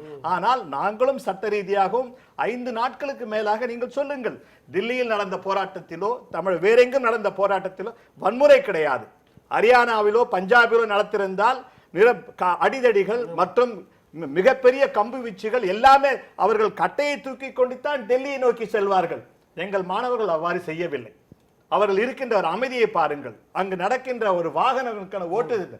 இதை வைத்து நாங்கள் இயக்கினோம், நாங்கள் சொல்லிக்கொண்டு பொன் ராதாகிருஷ்ணன் அவர் மன்னிப்பு கேட்டார் என்றால் அவருடைய பெருந்தன்மையை மதிக்கின்றோம். ஆனால் அடுத்ததாக பிரதமர் நேற்று என்ன கூறினார்? இந்த விஷயம் சப்ஜுடிஸ் என்கின்றார். ஆனால் மக்களின் கோரிக்கை என்பது மிகப்பெரிய எழுச்சி. என்னவென்றால் தொடர்ந்து தமிழகம் மிகப்பெரிய ஒரு இருண்ட காலத்தில் தான் சென்று கொண்டிருக்கிறது. இப்பொழுது தான் நாங்கள் வெளிச்சத்தை பார்க்கின்றோம். அடுத்த 10 ஆண்டுகளுக்கு எங்களுக்கு நம்பிக்கை இந்த மாணவர்கள் நிச்சயமாக தமிழகத்தின் உரிமைகளை விட்டுக் கொடுக்க மாட்டார்கள். அதற்காகத்தான் நான் திரும்பவும் சொல்லுகின்றேன், இது ஒற்றை கோரிக்கை கிடையாது. ஜல்லிக்கட்டு என்பதன் அடித்தளத்தில் மிகப்பெரிய தமிழகத்திற்கான உரிமைகளை மீட்பதற்கான ஜல்லிக்கட்டின் ஒரு அடையாளமாகத்தான் நான் பார்க்கின்றேன். திரு சேகர், 7 தமிழர்கள் விடுதலை செய்யப்பட வேண்டும்னு தமிழ்நாட்டில் ஒரு கோரிக்கை வந்தது பேரறிவாளன் உள்ளிட்டவர்களுக்கு. தமிழ்நாடு முழுக்க போராட்டம் நடந்தது, கொந்தளிப்பு வந்தது. அதை மக்களின் உணர்வை மதித்து நான் அவர்களை விடுதலை செய்கிறேன், அவர்களுடைய தண்டனை குறைப்பை செய்கிறேன் என்று தமிழக முதலமைச்சராக இருந்த ஜெயலலிதா அவர்கள் சட்டமன்றத்தில் சொல்ற அளவுக்கு பெரும் எழுச்சி இருந்தது. அவர் அதை குறிப்பிடுறார், தமிழக மக்கள் உணர்வுக்கு மதிப்பளித்து எழுச்சிக்கு மதிப்பளித்துன்னு சொல்றாரு. ஆனால் அப்போது மத்திய அரசு என்ன சொன்னது, அவர்களை விடுவிக்கிற அதிகாரம் உங்களுக்கு இல்லை, அதிகாரம் எங்களிடம் இருக்கிறது, நாங்கள் அதை அனுமதிக்க மாட்டோம்னு சொன்னது. இப்படியான பல அம்சங்கள் பேராசிரியர் ராமமணிவண்ணன் அவர்கள் சொன்னது மாதிரி இது ஒற்றை காரணி அல்ல, இதற்கு பின்னால் புறக்கணிக்கப்பட்டோம் என்கிற உணர்வு ஆழமாக இருந்ததனால் இந்த நடைமுறைகள் வந்திருக்கிறது. தமிழகத்து மீனவர்களுக்கு பாதுகாப்பு எங்க இருக்கிறது என்று சொல்லுங்கள். கடலில் இருக்கின்றதா அல்லது தமிழகத்தில் இருக்கின்றதா, மத்திய அரசாங்கத்தில் இருக்கின்றதா? யார் அவர்களை பாதுகாக்க வேண்டும்? நாங்கள் பாதுகாக்க வேண்டுமா அல்லது மத்திய அரசாங்கம் அதற்கான எதற்கெடுத்தாலும் இலங்கை அரசிடம் பேசுவோம். படகுகளை இலங்கை அரசு என்ன சொல்கிறது என்றால் இதை தேசிய உடைமையாக்குவோம் என்று சொல்கிறார்கள். எவ்வாறு இந்திய மீனவர்களின் படகுகளை அவர்கள் தேசிய உடைமையாக்க முடியும்? அதற்கு இந்த அரசாங்கமும் மத்திய வெளியுறவுத்துறை இலங்கை அரசுடன் பேச்சு நடத்துவோம் என்று. எத்தனை காலம் மீனவர்கள் அவர்கள் பிழைப்பிற்காக செல்லும் போது திரும்புவோமா, உயிரோடு திரும்புவோமா சொல்லும் பொழுது அண்டை நாட்டின் ஆதிக்கம் செலுத்துகின்றது நம்முடைய கடல் பரப்பில். அதற்கு என்ன செய்தீர்கள் நீங்கள்? சரி, இந்த கேள்வி எல்லாமே தமிழ்நாட்டு மக்கள்கிட்ட, குறிப்பாக இளம் தலைமுறையிடம் நமக்கான உணர்வு, தமிழ் மக்களுக்கான உணர்வுகளுக்கு மதிப்பில்லை, நாம் புறக்கணிக்கப்பட்டிருக்கிறோம், நம்முடைய உணர்வு மதிக்கப்படலை அப்படின்ற ஒரு வஞ்சிக்கப்பட்டோன்ற அந்த உணர்வு தான் இந்த போராட்டம், இந்த எழுச்சிக்கு காரணமாக இருந்தது. ஜல்லிக்கட்டுன்றது ஒரு குறியீடு அப்படின்னு சொல்றாங்க. உணர்வுகளுக்கும் சேர்ந்து உரிமைகளையும் நான் சொல்ல விரும்புகிறேன். உணர்வு என்று சொல்லும் பொழுது அந்த உரிமைகளையும் மிகப்பெரிய அளவில் மீறப்பட்டது என்று தான் பார்க்கிறேன். இப்போ தமிழகம் இருண்ட காலத்தை நோக்கி செல்லுகிறதுனாரு அண்ணன். தமிழகம் இருண்ட காலத்தை நோக்கி செல்வதற்கு தமிழ்நாட்டில் ஆளுகின்ற கட்சி நேரடியாக பொறுப்பா, அல்லது ஆந்திராவில் இருக்கிற கட்சி பொறுப்பா, அல்லது மகாராஷ்டிராவில் இருக்கிற கட்சி பொறுப்பா, அல்லது மத்திய அரசு? எல்லாத்துக்குமே இதுதான் காரணம். மழை பெஞ்சாலும், வெயில் அடிச்சாலும், காற்று அடிச்சாலும், இந்த தண்ணி பாதி குடிச்சாலும் மத்திய அரசு தான் பொறுப்பு. நீங்க 3 வருஷமா, அதாவது குணாவுடைய சிரிப்புக்கு மத்திய அரசு பொறுப்பு, அதுக்கு அவர் பொறுப்பு இல்ல. ஆகவே இல்ல, நான் சொல்ல வரேன், டிரான்ஸ்ஃபார்மர் உங்கள்ட்ட தான் இருக்கு, அதிகாரம் உங்கள்ட்ட இருக்குன்னு சொல்றாரு. எஸ். ஆக இது எண்ணத்தின் அடி ஆழத்தில் பாஜக அரசு மீது இருக்கக்கூடிய வன்மம், குரோதம் காரணமாக சாட்டப்படுகின்ற குற்றம்னு ஒரே லைன்ல நான் பதில் சொல்லணும். ஏன்னா இது பிஜேபி 5 பேரு தூக்கு கயிறு கிட்ட போனவனை உயிரோட கொண்டாந்துருக்கோம். தெரியாதா? யாரு? 5 மீனவர்கள் தூக்கு கயிறுக்கு போனாங்கல்ல. இந்திய எந்த நாட்டின் தூக்கு கயிறு யாரு போக வச்சா, யாரு மீட்டா? மீட்டவர்கள் யார்? மீட்டவர்கள் யார்? மீட்டவர்கள் யார்? வேற நாட்டுல போனவங்க யார் மீட்டிட்டு வந்திருக்கீங்க? வேற அரசாங்கங்கள் இருந்திருக்குல்ல, பாத்தீங்கல்ல? உங்க அரசாங்கம் தான் இருந்தது. எப்ப அவங்க உள்ளுக்குள்ள போறப்ப எங்க அரசாங்கம் இருந்துச்சா? அவர்கள் சிறை தண்டனையும் இந்த நீதி வழங்கப்பட்ட சமுதாயத்தின் மதிக்க தகுந்த நபர். நான் அதுக்கு மேல நான் பதில் உங்களுக்கு சொல்ல விரும்பல. நான் பதில் சொல்ல விரும்பல. இது பிரிச்சு பாருங்க. ஆக நான் பதில் சொல்ல விரும்பல. செய்து இருக்கிறோம். அவர்கள் கருணையோடு எங்களுக்கு வந்திருக்காங்க. முதல் முறையாக இந்திய சரித்திரத்தில் இலங்கை மீனவர்களும் இந்திய தமிழ் மீனவர்களும் ஒன்னா பேசி நெகோசியேஷன் ஃபர்ஸ்ட் டைம் நடத்தியிருக்கோம். சார், மன்மோகன் சிங் காலத்துல நாராயணசாமி ஏற்பாடு செய்து நடந்திருக்கு சார். அதுக்கப்புறம் அவர்கள் பேச்சு சரித்திரத்துல நடக்காம இல்ல, தீர்வு வரலன்றதான் பாயிண்ட். தீர்வு ஆக இல்ல, மீனவர்கள் உணர்கிறார்கள். இல்ல அரசியலை கடந்து நான் ஒரு விஷயத்தை கேட்கிறேன். அது பிஜேபி அப்படின்ற அம்சத்துல நின்னு நான் நீங்க பதில் சொல்ல வேண்டியதும் இல்ல, நான் அந்த அம்சத்துல கேட்கவும் இல்ல. நீங்க தனிப்பட்ட விதமா எடுக்காதீங்க. தனிப்பட்ட விதமா எடுக்கல. ஒரு அரசின் மீது ஆக்கப்பூர்வமான குற்றச்சாட்டுகளை சொல்லுங்க. திருச்சேகர், அது சம்பந்தமே இல்ல. திருச்சேகர், என்னுடைய கேள்வி நான் கேக்குறேன், தமிழ்நாடு இந்தியாவுல தான் இருக்கு. இல்ல, அப்ப அது என்ன தமிழ் மக்களை ஏன் நீங்கள் இந்திய நாடாக பார்க்க மாட்டீங்க? எதுக்கு எடுத்தாலும் புறக்கணிப்பு. காலங்காலமாக தமிழக பேசுறீங்க. இல்ல புறக்கணிப்பு சொல்லுங்க. இல்ல தமிழ்நாட்டுக்கு மத்திய அரசாங்கத்துடைய நிதி ஏதாவது வரலையா? தமிழ்நாட்டுக்கு கொடுக்க வேண்டிய விஷயங்களை கொடுக்கலையா? தமிழ்நாட்டுக்கு இதுவரை 5 ஆண்டு திட்டங்கள்ல ஒவ்வொரு திட்டத்திலும் அதிகமாக ஒதுக்கீடு. இதெல்லாம் இல்லாமல் நீங்க சொல்லுவது அரசின் மீது இருக்கிற காழ்ப்புணர்வு. இல்ல இல்ல இல்ல இல்லனா எதுக்கு ஆதாரபூர்வமா சொல்லுங்க புறக்கணிப்பு. ஆதார் ஏடிஎம் எடுத்துங்க. நான் உண்மையை சொல்றேன். இதே கர்நாடகாவில் இந்த பிரச்சனை இல்ல, பண பிரச்சனை இல்ல, ஏடிஎம்ல எங்க போனாலும் பணம் கிடைச்சது. மாநில அரசாங்கம் சரியா செயல்படுதாங்கிறது அல்ல. இது வந்து பிரச்சனையை நாம அதான் தேவையில்லாத ஒரு இடத்துல வச்சு விவாதிச்சுட்டு இருக்கோம். என்னன்னா மத்திய அரசாங்கத்துக்கு கடமை பொறுப்புன்னு ஒண்ணு இருக்கிறது இருக்கு. அல்லவா? அந்த அதான் பொறுப்பு என்ன அப்படின்னா, அவர்கள் இதையெல்லாம் செய்தார்களா? செய்தார்கள். செய்வதற்காகத்தான் அந்த அரசாங்கம், அதற்குத்தான் பிரதமர் அதை செய்ய வேண்டியது அவர்களுடைய செய்ய பொறுப்பு. வேண்டியது. செய்து கொண்டிருக்கிறார்கள். ஆனால் செய்வதை ஏற்றுக்கொள்ளத்தான் அது செய்வாங்க. துரிதமாக செய்ய வேண்டும், நிறைவாக செய்ய வேண்டும். அதை அப்படி- செய்து அப்படி- கொண்டிருக்கிறார்கள். அந்த ஆனா- உணர்வோடு செய்து கொண்டிருக்கிறார்கள். எந்த அப்படி- மாநில வித்தியாசம் இல்ல செய்து அப்படி கொண்டிருக்கிறார்கள். செய்ய வேண்டியது எல்லாரும் சமம் என்ற அவர்களுடைய- முறையில் செய்து கொண்டிருக்கிறார்கள். ஆனால் இப்ப நமக்கு இருக்கக்கூடிய பிரச்சனை புறக்கணிக்கப்பட்டார்கள் சொல்வது என்ன அர்த்தம்? இல்ல மத்திய அரசாங்கம் வந்து செய்ததா, மாநில அரசாங்கம் செய்ததா இல்ல. இந்த புறக்கணிப்பில் பாதிக்கப்படக்கூடியவர்கள் சாமானியர்கள், பாதிக்கப்படக்கூடியவர்கள் விவசாயிகள், பாதிக்கப்படக்கூடியது ஒரு இனம் என்றால் அந்த இனத்தின் மக்கள் அதுக்காக போராடத்தான் செய்வாங்க. இவர்கள் எந்த ஒரு தனிநபரையும் குற்றச்சாட்டுக்கு சொல்லல. மாறாக அவர்கள் என்ன சொல்றாங்கன்னா, நீங்கள் செய்யக்கூடிய மத்திய மாநில அரசுகள் இரண்டுமே இணைந்து கூட ஏன் இந்த பிரச்சனையை இவ்வளவு நீடிக்கிறீர்கள்?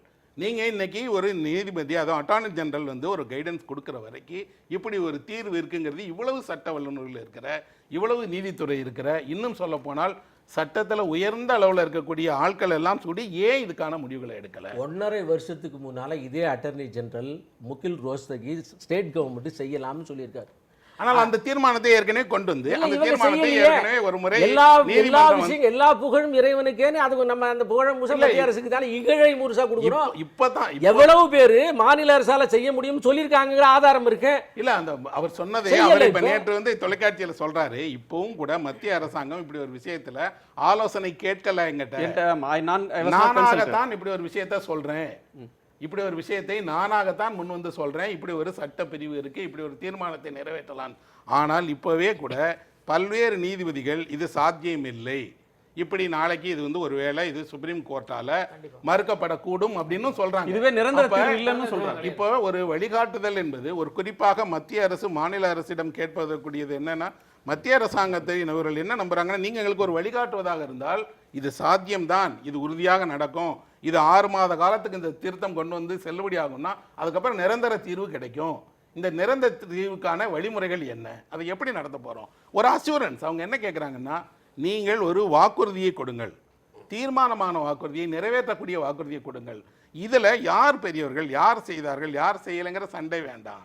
மாறாக இந்த வாக்குறுதி மக்களுக்கு தேவைப்படுது. இல்லை இப்போ ஒரு நிமிஷம் முடிச்சு ஒரே நிமிஷம்.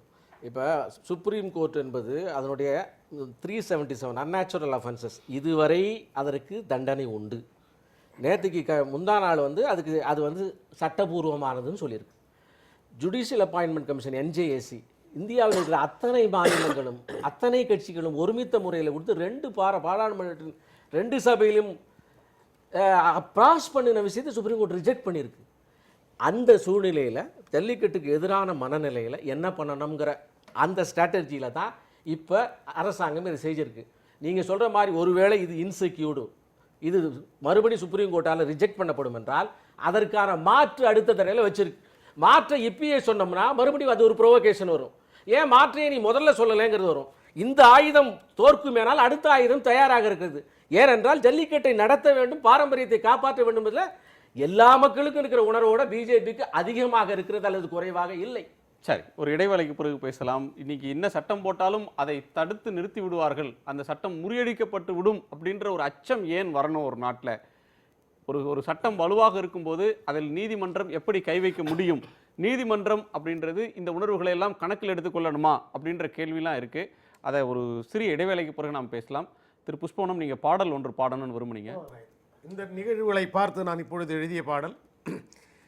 சீரிப்பாயுது காளே, அதை சென்று தழுவுறா காளே, சீரிப்பாயுது மாட்டு காளை, அதை சென்று தழுவுறா மனித காளை, இதுதான் ஏறு தழுவுதல் பாரு, இதுதான் ஏறு தழுவுதல் பாரு, இது எங்கள் தமிழ்நாட்டு ஜல்லிக்கட்டு தர்பாரு, இது எங்கள் தமிழ்நாட்டு ஜல்லிக்கட்டு தர்பாரு, வீர விளையாட்டு ஜல்லிக்கட்டு, இதை விளையாடத்தான் இந்த மல்லுக்கட்டு, வீர விளையாட்டு ஜல்லிக்கட்டு, இதை விளையாடத்தான் இந்த மல்லுக்கட்டு, தடை செய்வோரை தட்டி கேட்டு தடை செய்வோரை தட்டி கேட்டு தன்மானத்தை நீ நிலைநாட்டு, தன்மானத்தை நீ நிலைநாட்டு.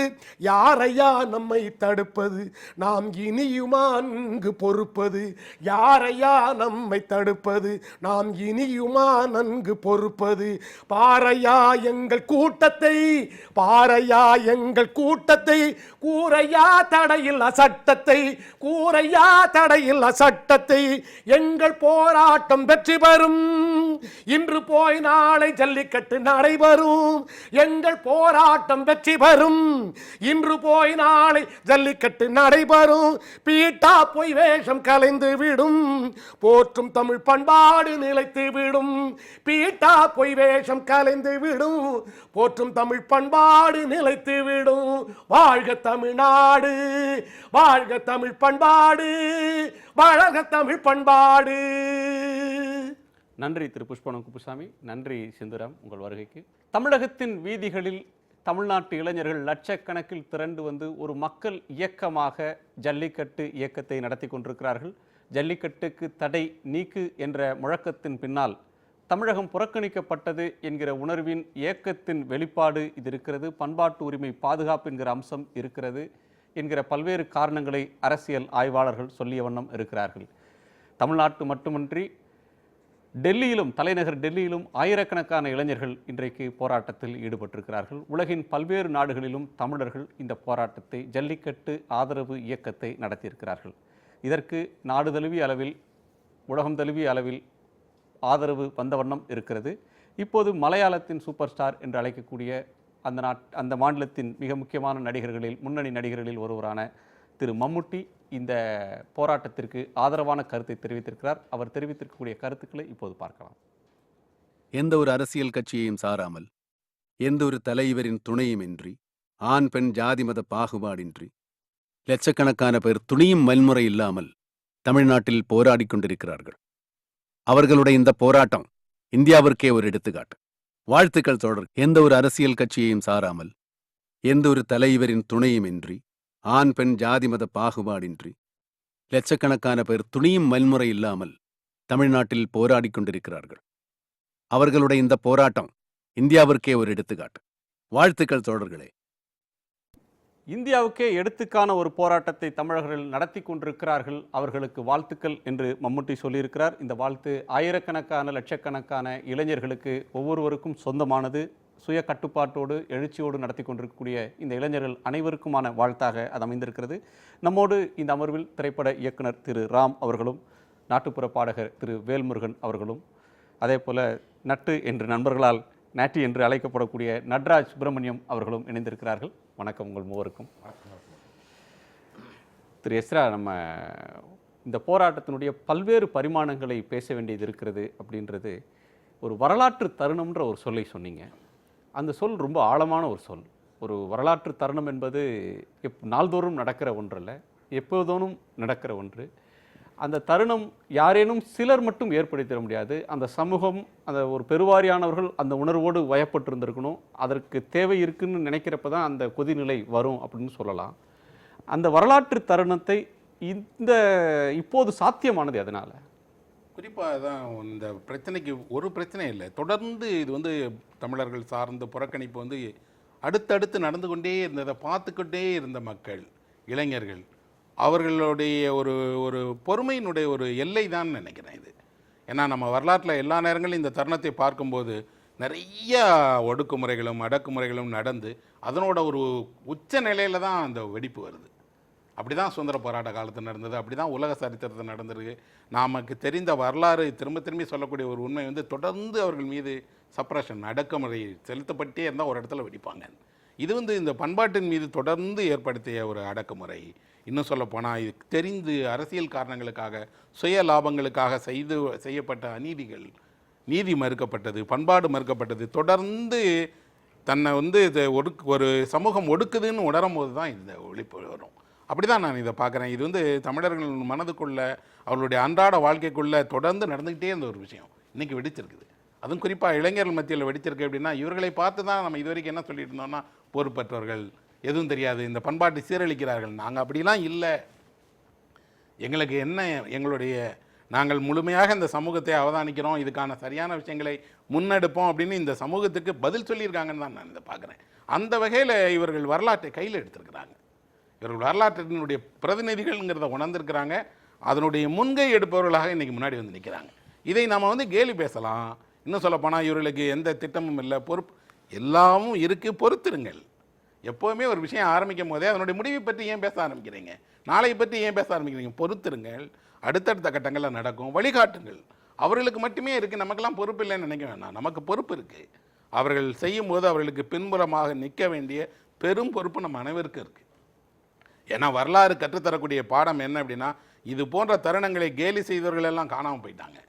அந்த வரலாற்றுக்கு யாரெல்லாம் வந்து இதனுடைய விசையாக இருந்தார்களோ அவர்கள் தான் வரலாற்றை வழிநடத்தினார்கள். அதிலிருந்தே ஒரு தலைவன் வருமா, இதிலிருந்தே ஒரு இயக்கம் வரும், இதிலிருந்தே பண்பாட்டு மாற்றங்கள், அரசியல் மாற்றங்கள், பொருளாதார மாற்றங்கள் உருவாகும். அப்படி உருவாகும் வரை காத்திருப்போம், இல்லைன்னா உருவாவதற்கு துணை செய்வோம். அதை விட்டுட்டு இவர்களை கேலி செய்ய வேண்டாம், பரிகசிக்க வேண்டாம், கொச்சைப்படுத்த வேண்டாம். இது போன்ற மக்கள் தூடுறவர்களை கொச்சைப்படுத்துவதுங்கிறது ஒரு அநாகரிகமான செயல். பொது வெளியில் நாம் அதை செய்யவே கூடாது, யாராக இருந்தாலும் செய்யக்கூடாது. இன்னொன்று, அரசியல் காரணங்களை எல்லாம் காட்டி சுட்டி காட்டி பேதங்களை சொல்லி பரஸ்பர சண்டை போடுறதுக்கான தருணம் அல்ல. நீங்கள் கொஞ்சம் உங்கள் ஜன்னலை திறந்து வெளியில் வந்து வாசலை பாருங்கள். உங்கள் வீதியில், உங்கள் வீட்டில், உங்களோட பொது வெளியில் நிற்கக்கூடியவர்கள் எல்லாமே இதுவரைக்கும் மௌனமாக இருந்தவர்கள். உங்களோட அவ்வளவு கஷ்டங்களையும் நீங்கள் அவர் மீது சுமத்தும் போதெல்லாம் ஏற்றுக்கொண்டவர்கள், துயரத்திற்குள்ளே படிந்திருந்தவர்கள் இன்றைக்கி தான் வெளியே வராங்க, இன்றைக்கி தான் போராடுறாங்க. அப்போ இவர்களிடம் போய் எல்லாத்துக்கும் பதில் கேட்காதீங்க. அன்கண்டிஷனல்னு ஒரு வார்த்தை இருக்குது. எந்த விதமான கட்டுப்பாடுகளும் இல்லாமல் முதலில் இவர்களை நீங்கள் சப்போர்ட் பண்ணுங்கள். அதுக்கப்புறம் நீங்கள் அவர்களுக்கு தேவைப்படக்கூடிய ஒவ்வொன்றையாக கேளுங்க. அதை விட்டுட்டு இப்போயே போய் அவர்கள்ட்ட உன்ட்ட அது இருக்கா, இது இருக்கா, உங்கள்கிட்ட தலைவர் இல்லையே, அது இல்லையே, இது இல்லைன்னு கேட்காதீர்கள். கொஞ்சம் பொறுப்போம், கொஞ்சம் பார்த்துருப்போம். இந்த வெற்றியோ தோல்வியோ அல்லது இது அடுத்தடுத்து நடக்கக்கூடிய விஷயங்களோ எல்லாமும் சேர்ந்தது தான் ஒரு இயக்கம். அது எல்லாத்துக்கும் நடக்கக்கூடியது தான். ஆனால் இவர்கள் ஒன்று தேர்ந்து புரட்டும் போது இந்த மாணவர்கள் மத்தியில் ஒன்றை பார்க்குறேன், அவர்களுக்கு இதுவரைக்கும் இல்லாத அளவுக்கு ஒரு எழுச்சியை, ஒரு உத்வேகத்தை, இன்னும் சொல்லப்போனால் தன்னுடைய பொறுப்புணர்வை உணர்ந்து கொண்டதனுடைய அந்த முகங்கள் அது தெரியுது. நிச்சயமாக அது கொண்டாடவும் வரவேற்கவும் அடுத்த தளத்துக்கு போகிறதுக்கும் வேணும். நாம் எல்லோரும் இவர்கள் பின்னாடி நிற்கணும். அதான் நான் இந்த வரலாற்று தருணம்ங்கிற சொல்ல பயன்படுத்துகிறேன். ராம், நீங்கள் தொடர்ச்சியாக இளைஞர்களோடும் மாணவர்களோடும் தொடர்ந்து இயங்கக்கூடியவர், களத்தில் இருக்கக்கூடிய ஒருவர். இதற்கு முன்னாலும் சில மாணவர் எழுச்சிகள் நம் கண் முன்னால் வந்திருக்கின்றன. நாம் பார்க்காத எழுச்சியும் 65 ஹிந்தி திணிப்புக்கு எதிராக, ஒரு ஆதிக்க எதிர்ப்புக்கு எதிராக தமிழ்நாட்டில் ஒரு பெரும் கிளர்ச்சி வெடித்தது. அதை பார்த்தவர்கள் சொல்கிறாங்க, அந்த அளவுக்கான ஒரு மாபெரும் மக்கள் இயக்கமாக இது மாறி இருக்கிறது, இது ஒவ்வொருவரும் இதை உணர்றாங்க அப்படின்னு சொல்கிறாங்க. விமர்சன பார்வைகள் இருக்க தான் செய்யும். எல்லோரும் ஒரே நேரத்தில் இதை ரொமான்டிசைஸ் பண்ணுவாங்க அப்படின்னும் எதிர்பார்க்க முடியாது. திரு எஸ்ரா அவர்கள் வரலாற்று தருணம்ன்றார். இது ஒரு நம்பிக்கையை தருது. அடுத்த 10 ஆண்டுகளுக்கான உரிமை மீட்புக்கான போராட்டத்துக்கு இந்த மாணவர்கள் நிற்பாங்க, இளைஞர்கள் நிற்பாங்க அப்படின்னு ஒரு பாசிட்டிவாக திரு பேராசிரியர் ராமமணிவண்ணன் பார்க்குறார். நீங்கள் இந்த போராட்டத்தை எப்படி பார்க்குறீங்க? இந்த எழுச்சியை நீங்கள் எப்படி கணிக்கிறீங்க? இந்த எழுச்சி வந்து ஒரு மிகப்பெரிய ஆன்ம பலத்தை கொடுக்குது. கிட்டத்தட்ட இறுதி யுத்தத்திலிருந்து இந்த கிட்டத்தட்ட 10 ஆண்டுகள் எத்தனையோ போராட்டங்களை பார்த்தாச்சு. ஒரு 500 பேர் வருவாங்க, 1000 பேர் வருவாங்க. நேஷ்னல் மீடியா, சுப்பிரமணிய சாமி, இவங்களெல்லாம் போராடினவங்களை பொறுக்கிகள்னு சொல்லியிருக்காங்க. இந்த அரசியலை பேசினா தமிழ் வெறியர்கள்னு சொல்லியிருக்காங்க. அளவில் சிறியவர்கள்னு எள்ளி நகையாடி இருக்காங்க. முதலாக நேஷ்னல் மீடியா தமிழ் எமோஷன்ஸ்னு போடுறாங்க, பீப்புள் வின்ஸுங்கிறாங்க. தமிழ்நாட்டில் தமிழர்கள் மக்கள் வாழ்ந்து கொண்டிருக்கிறார்கள்ங்கிறது நேஷ்னல் மீடியாவுக்கு தோண வச்சதே இந்த போராட்டம் தான். இப்போ என்ன கிடச்சிருக்குன்னா ஒரு பயங்கரமான ஆதரவு கிடச்சிருக்கு. அப்படின்னா நீங்கள் நாளைக்கு எந்த விஷயத்தையுமே நேஷ்னல் மீடியா என்ன சொல்லுது, கவர்மெண்ட் என்ன சொல்லுதுன்னு எதிர்பார்க்காம பேச முடியும். தமிழன்டான்னு சொன்னால் சிரித்தவங்க இருந்தாங்க. இன்றைக்கி காலையில் எனக்கு தெரிஞ்ச 6 மணிலேருந்து எல்லா ரோட்லையும் கிளம்பி போயிட்டே இருக்காங்க. தமிழன்டான்னு கத்திட்டு கோஷம் போட்டு கொட்டடிச்சிட்டு போயிட்டே இருக்காங்க. உப்பு சத்தியாகிரகத்தை நான் பார்த்ததில்லை. காந்தி உப்பு எடுக்கிறதுக்கு கடல் நோக்கி போன மாதிரி இருந்துச்சு இன்றைக்கி காலையில் போனது. எனக்கு தெரிஞ்ச ஒருவேளை ஒரு வரலாறுங்கிறது இப்படி தான் இருக்குங்கிறது நான் இப்போ தான் முதல்ல ஃபீல் பண்ணேன். இந்த 40 வருஷத்தில் இப்படி ஒரு நம்பிக்கையை கொடுத்த போராட்டம் தமிழ்நாட்டில் நடக்கவே இல்லை.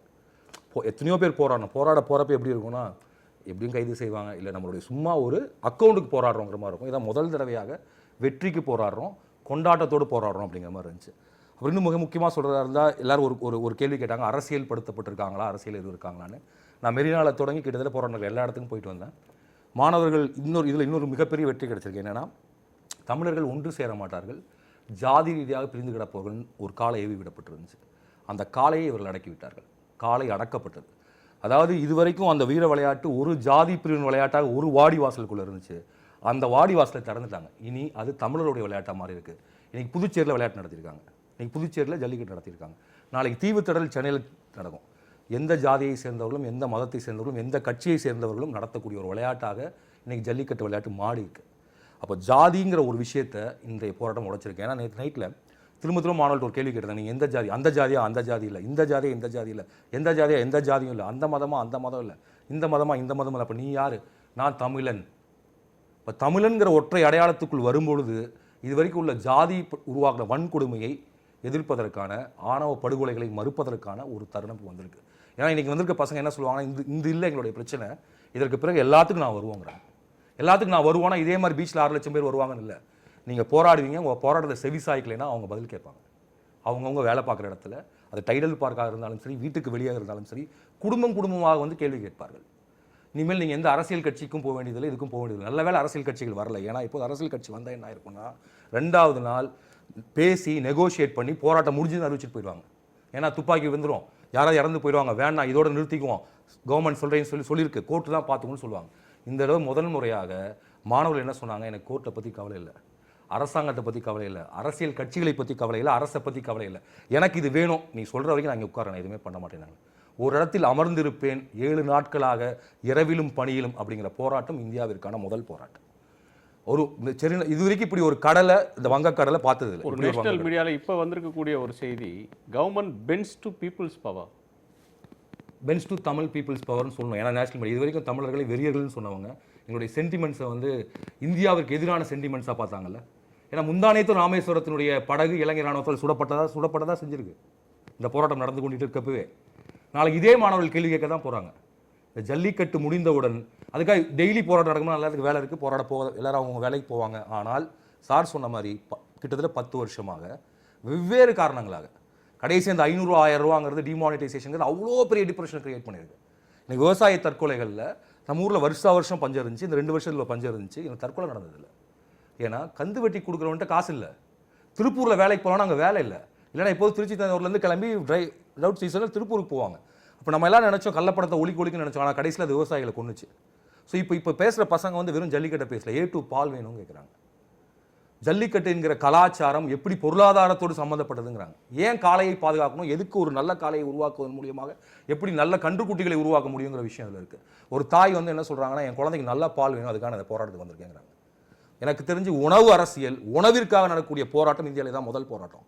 இதை விட என்ன அரசியல் தெளிவு வந்துட முடியும்னு எனக்கு தெரியல. ஏன்னா எனக்கு தெரிஞ்சு எந்த அரசியல் கட்சி கூட்டத்திலையும் இந்த இப்படி ஒரு குரலை நான் கேட்டதில்லை. என் குழந்தைக்கு நல்ல பால் வேணும், அதுக்காக நான் போராட வந்திருக்கேன். ஒரு பாண்டிச்சேரியிலேருந்து உங்கள் டிவியில் ஏதோ டிவியில் தான் பார்க்குறோம், ஒரு ஸ்கூல் படிக்கிற பொண்ணு நான் ஒரு வீர தமிழச்சி அப்படின்னு சொல்லுது. இப்போ ரொம்ப நாள் நம்மளுக்கு கொஞ்ச நாள் வெக்கமாக இருந்துச்சு, தமிழ் என்று சொல்லடா, தமிழ் நம்ம கோஷம் போகிறப்ப நம்மளுக்கே எப்படி இருக்கணும், ரொம்ப நாடகபாணியாக இருக்கோ, ரொம்ப ட்ரமடைஸ் பண்ணுறோமோ, நம்ம இல்லாத ஒன்றை பேசிகிட்டு இருக்கோம். ஏன்னா அப்படி ஒன்று இல்லைன்னு எல்லாரும் சொல்லிட்டு இருந்தாங்க. இன்றைக்கி அதே கோஷத்தை உற்சாகத்தோடும் ஆணுபலத்தோடும் சொல்ல முடியுது. எப்போ ஒரு மொழி பாதுகாக்கப்படுதோ, எப்போ ஒரு கலாச்சாரம் பாதுகாக்கப்படுதோ, அப்போ உங்கள் பொருளாதாரம் பாதுகாக்கப்படுது, உங்களுடைய நிலம் பாதுகாக்க. தமிழர்ன்ற ஒரு ஓர்மையை அடைஞ்சிருக்கோம், தமிழர் எல்லாம் ஒன்றே அப்படின்ற ஒன்றை அடைஞ்சிட்டோம் அப்படின்ற ஒரு ஆசையை, மகிழ்ச்சியை வெளிப்படுத்துறீங்க. அகமுரண்கள் இல்லாமலாம் இல்லை, ஒரு நாளில் போகக்கூடிய முரண் இல்லை, எப்போதும் அந்த அகமுரண் இருந்துச்சு. ஆனால் இது வரைக்கும் ஒரு 10,000 பேர் திறந்திருக்க கூட்டத்தில் பார்த்துட்டு ஒருத்தர் அவங்கள பார்த்து நீ அந்த ஜாதியா அப்படின்னு கேட்குறாரு. இல்லை அப்படிங்கிற கோஷத்தை நான் கேட்டதே இல்லை. இது வரைக்கும் நீங்கள் கேட்டீங்களா தமிழ்நாட்டில்? ஒரு 10,000 பேர்த்த முன்னாடி உட்காரு, 10,000 நான் ரொம்ப கம்மியாக சொல்கிறேன், முந்தானத்து இரவு சரி மாதிரி நாள் முற்றியும் 50,000 பேர் அந்த குரல் கேட்டிருக்கோம். நீ அந்த ஜாதியா இல்லை, நீ இந்த ஜாதியா இல்லை, அப்போ எந்த ஜாதி நீ? நான் தமிழன். நீ அந்த மதமா? இல்லை. நீ இந்த மதமா? இல்லை. நீ எந்த மதம்? தமிழன். இன்னொன்று சொல்லப்போனால் பயங்கரமாக கேள்வி கேட்டாங்க. போன எல்லா இடத்துலையும் மாணவர்கள் வந்து சும்மாலாம் முன்னாடி போராட்டத்துக்கு போகிற மாதிரில நீ ஏன் வர்றேங்கிற மாதிரி கேள்வியெல்லாம் இருக்குது. இப்போ நாங்கள் போராட்டோம், நீ எதுக்கு இங்கே வர்ற கேள்வி, இந்த டிவியில் நீ ஏன் பேசுகிறங்கிற கேள்வி இருக்குது. டைடல் பார்க்கிட்ட ஒரு ஒரு ஒரு நண்பர் கேட்குறாரு நேற்று இரவு, ஏன் சார் உங்கள் சினிமாவில் முஸ்லீமில் தீவிரவாதிகளே சித்தரிச்சிருக்கீங்க, தமிழ்நாட்டில் முஸ்லீம் தீவிரவாதி இருக்காங்களா என்ன, ஏன் உங்கள் சினிமாவில் ஜாதி பேர் வைக்கிறீங்கன்னு ஒரு கேள்வி என்கிட்ட கேட்குறாரு. நான் ஒரு சினிமாக்காரனா அவங்க போராட்டத்துக்கு போகிறப்ப இந்த கேள்வி கேட்குறப்ப அப்போ நான் என்ன சொல்லிட்டு வரேன், நான் போய் எங்கள் இண்டஸ்ட்ரியில் சொல்கிறேன், இனிமேல் ஜாதி பேர் வைக்காதீங்க, இனிமேல் முஸ்லீமில் தீவிரவாதிகளை சித்தரிக்காதீங்கன்னு நான் சொல்லிட்டு வரேன். இப்போ இதே தான் ஒவ்வொருத்தையும் அவங்க கேட்குறாங்க. இன்றைக்கி வெள்ளையன் வந்து அறிக்கை விடுறாங்க வணிகர் சங்கத்தில் இருந்து, பெப்சி கோகோ கோலாவை தடை செய்வோன்னு, விற்க மாட்டோன்னு. ஏதோ டைடல் பார்க் ரோட்டில் பெப்சி கோகோ கோலாவை வாங்கி பன்னாட்டு நிறுவன ஊழியர்கள் தங்கள் ஷூக்கில் கழுவுறாங்க. இந்த அவேர்னஸ் எங்கேருந்து வந்துச்சு? இந்த குளோபலைசேஷனுக்கு எதிரான பீப்புள் ப்ரொட்டஸ்ட்டுங்கிறது நீங்கள் பதிவு செய்யணும். உலகமயமாக்கலுக்கு எதிரான முதல் மக்கள் போர் இது. இந்த போரில் வந்து ஒரு உலகமய எதிர்ப்பு இருக்கு. பயங்கரமா இருக்கு. ஏன்னா உணவு அரசியல் வந்தாச்சு. என் நிலத்தை பத்தி பேச வேண்டியிருக்கு, மீத்தேன் எடுக்கிறதா வேணாமான்னு பேச வேண்டியிருக்கு, என் நிலத்தை பாதுகாக்கணும், காளையை பாதுகாக்கணும். அப்புறம் இன்னும் முக்கியமான விஷயம், ஜாதியை விட்டு வெளியில வந்து ஆகணும். யாருமே இந்த ஜல்லிக்கட்டு என்பது ஒரு ஜாதியினரால் நடத்தப்படுவதாகவோ ஒரு ஊருக்கு சொந்தமானதோ பார்க்கல. ஏன்னா மெரினால சிறந்திருக்கக்கூடிய பசங்கள்ல ஜல்லிக்கட்டுனா என்னன்னே பார்க்காதவங்க தான் அதிகம். அலங்காநல்லூரையே பார்க்காதவங்க. அவங்க எதுக்கு வந்து உட்கார்ந்தாங்க? அவங்களுக்கு ஜாதி இல்லை, அவங்களுக்கு மதம் இல்லை, அவங்களுக்கு என்னடா இல்லைனாங்கன்னா லூஸாடா. நீங்கள் எல்லாம் சொல்லிட்டே இருப்பீங்க, ஈழத்தில் அவர் பேசுறாங்க, அதுக்கும் ஒன்றும் பண்ண முடியல. பிரபாகர் மகனோட ஃபோட்டோகிராஃபர், அதுக்கும் நாங்கள் எமோஷனலாக பிஹேவ் பண்ணோம். முத்துக்குமார் தன்னுடைய உயிரை நீத்தான், செங்கடி உயிரை நீத்தான், பேரறிவாளனை விடுதலை பண்ணுன்னு சொல்லி தமிழக சட்டசபையில் கொண்டு வந்தா மத்திய அரசு மாட்டேங்க. அப்போ நாங்கள் இங்கே அரசாங்கம் நடத்துகிறோம், என்ன விளையாடுறியா? அங்கேருந்து சுப்பிரமணிய சாமி ஃபோன் பண்ணி சொல்கிறாரு, நீங்கள் வந்து ஜல்லிக்கட்டு நடத்தினா ஆட்சியை கலைச்சிருவோன்னு.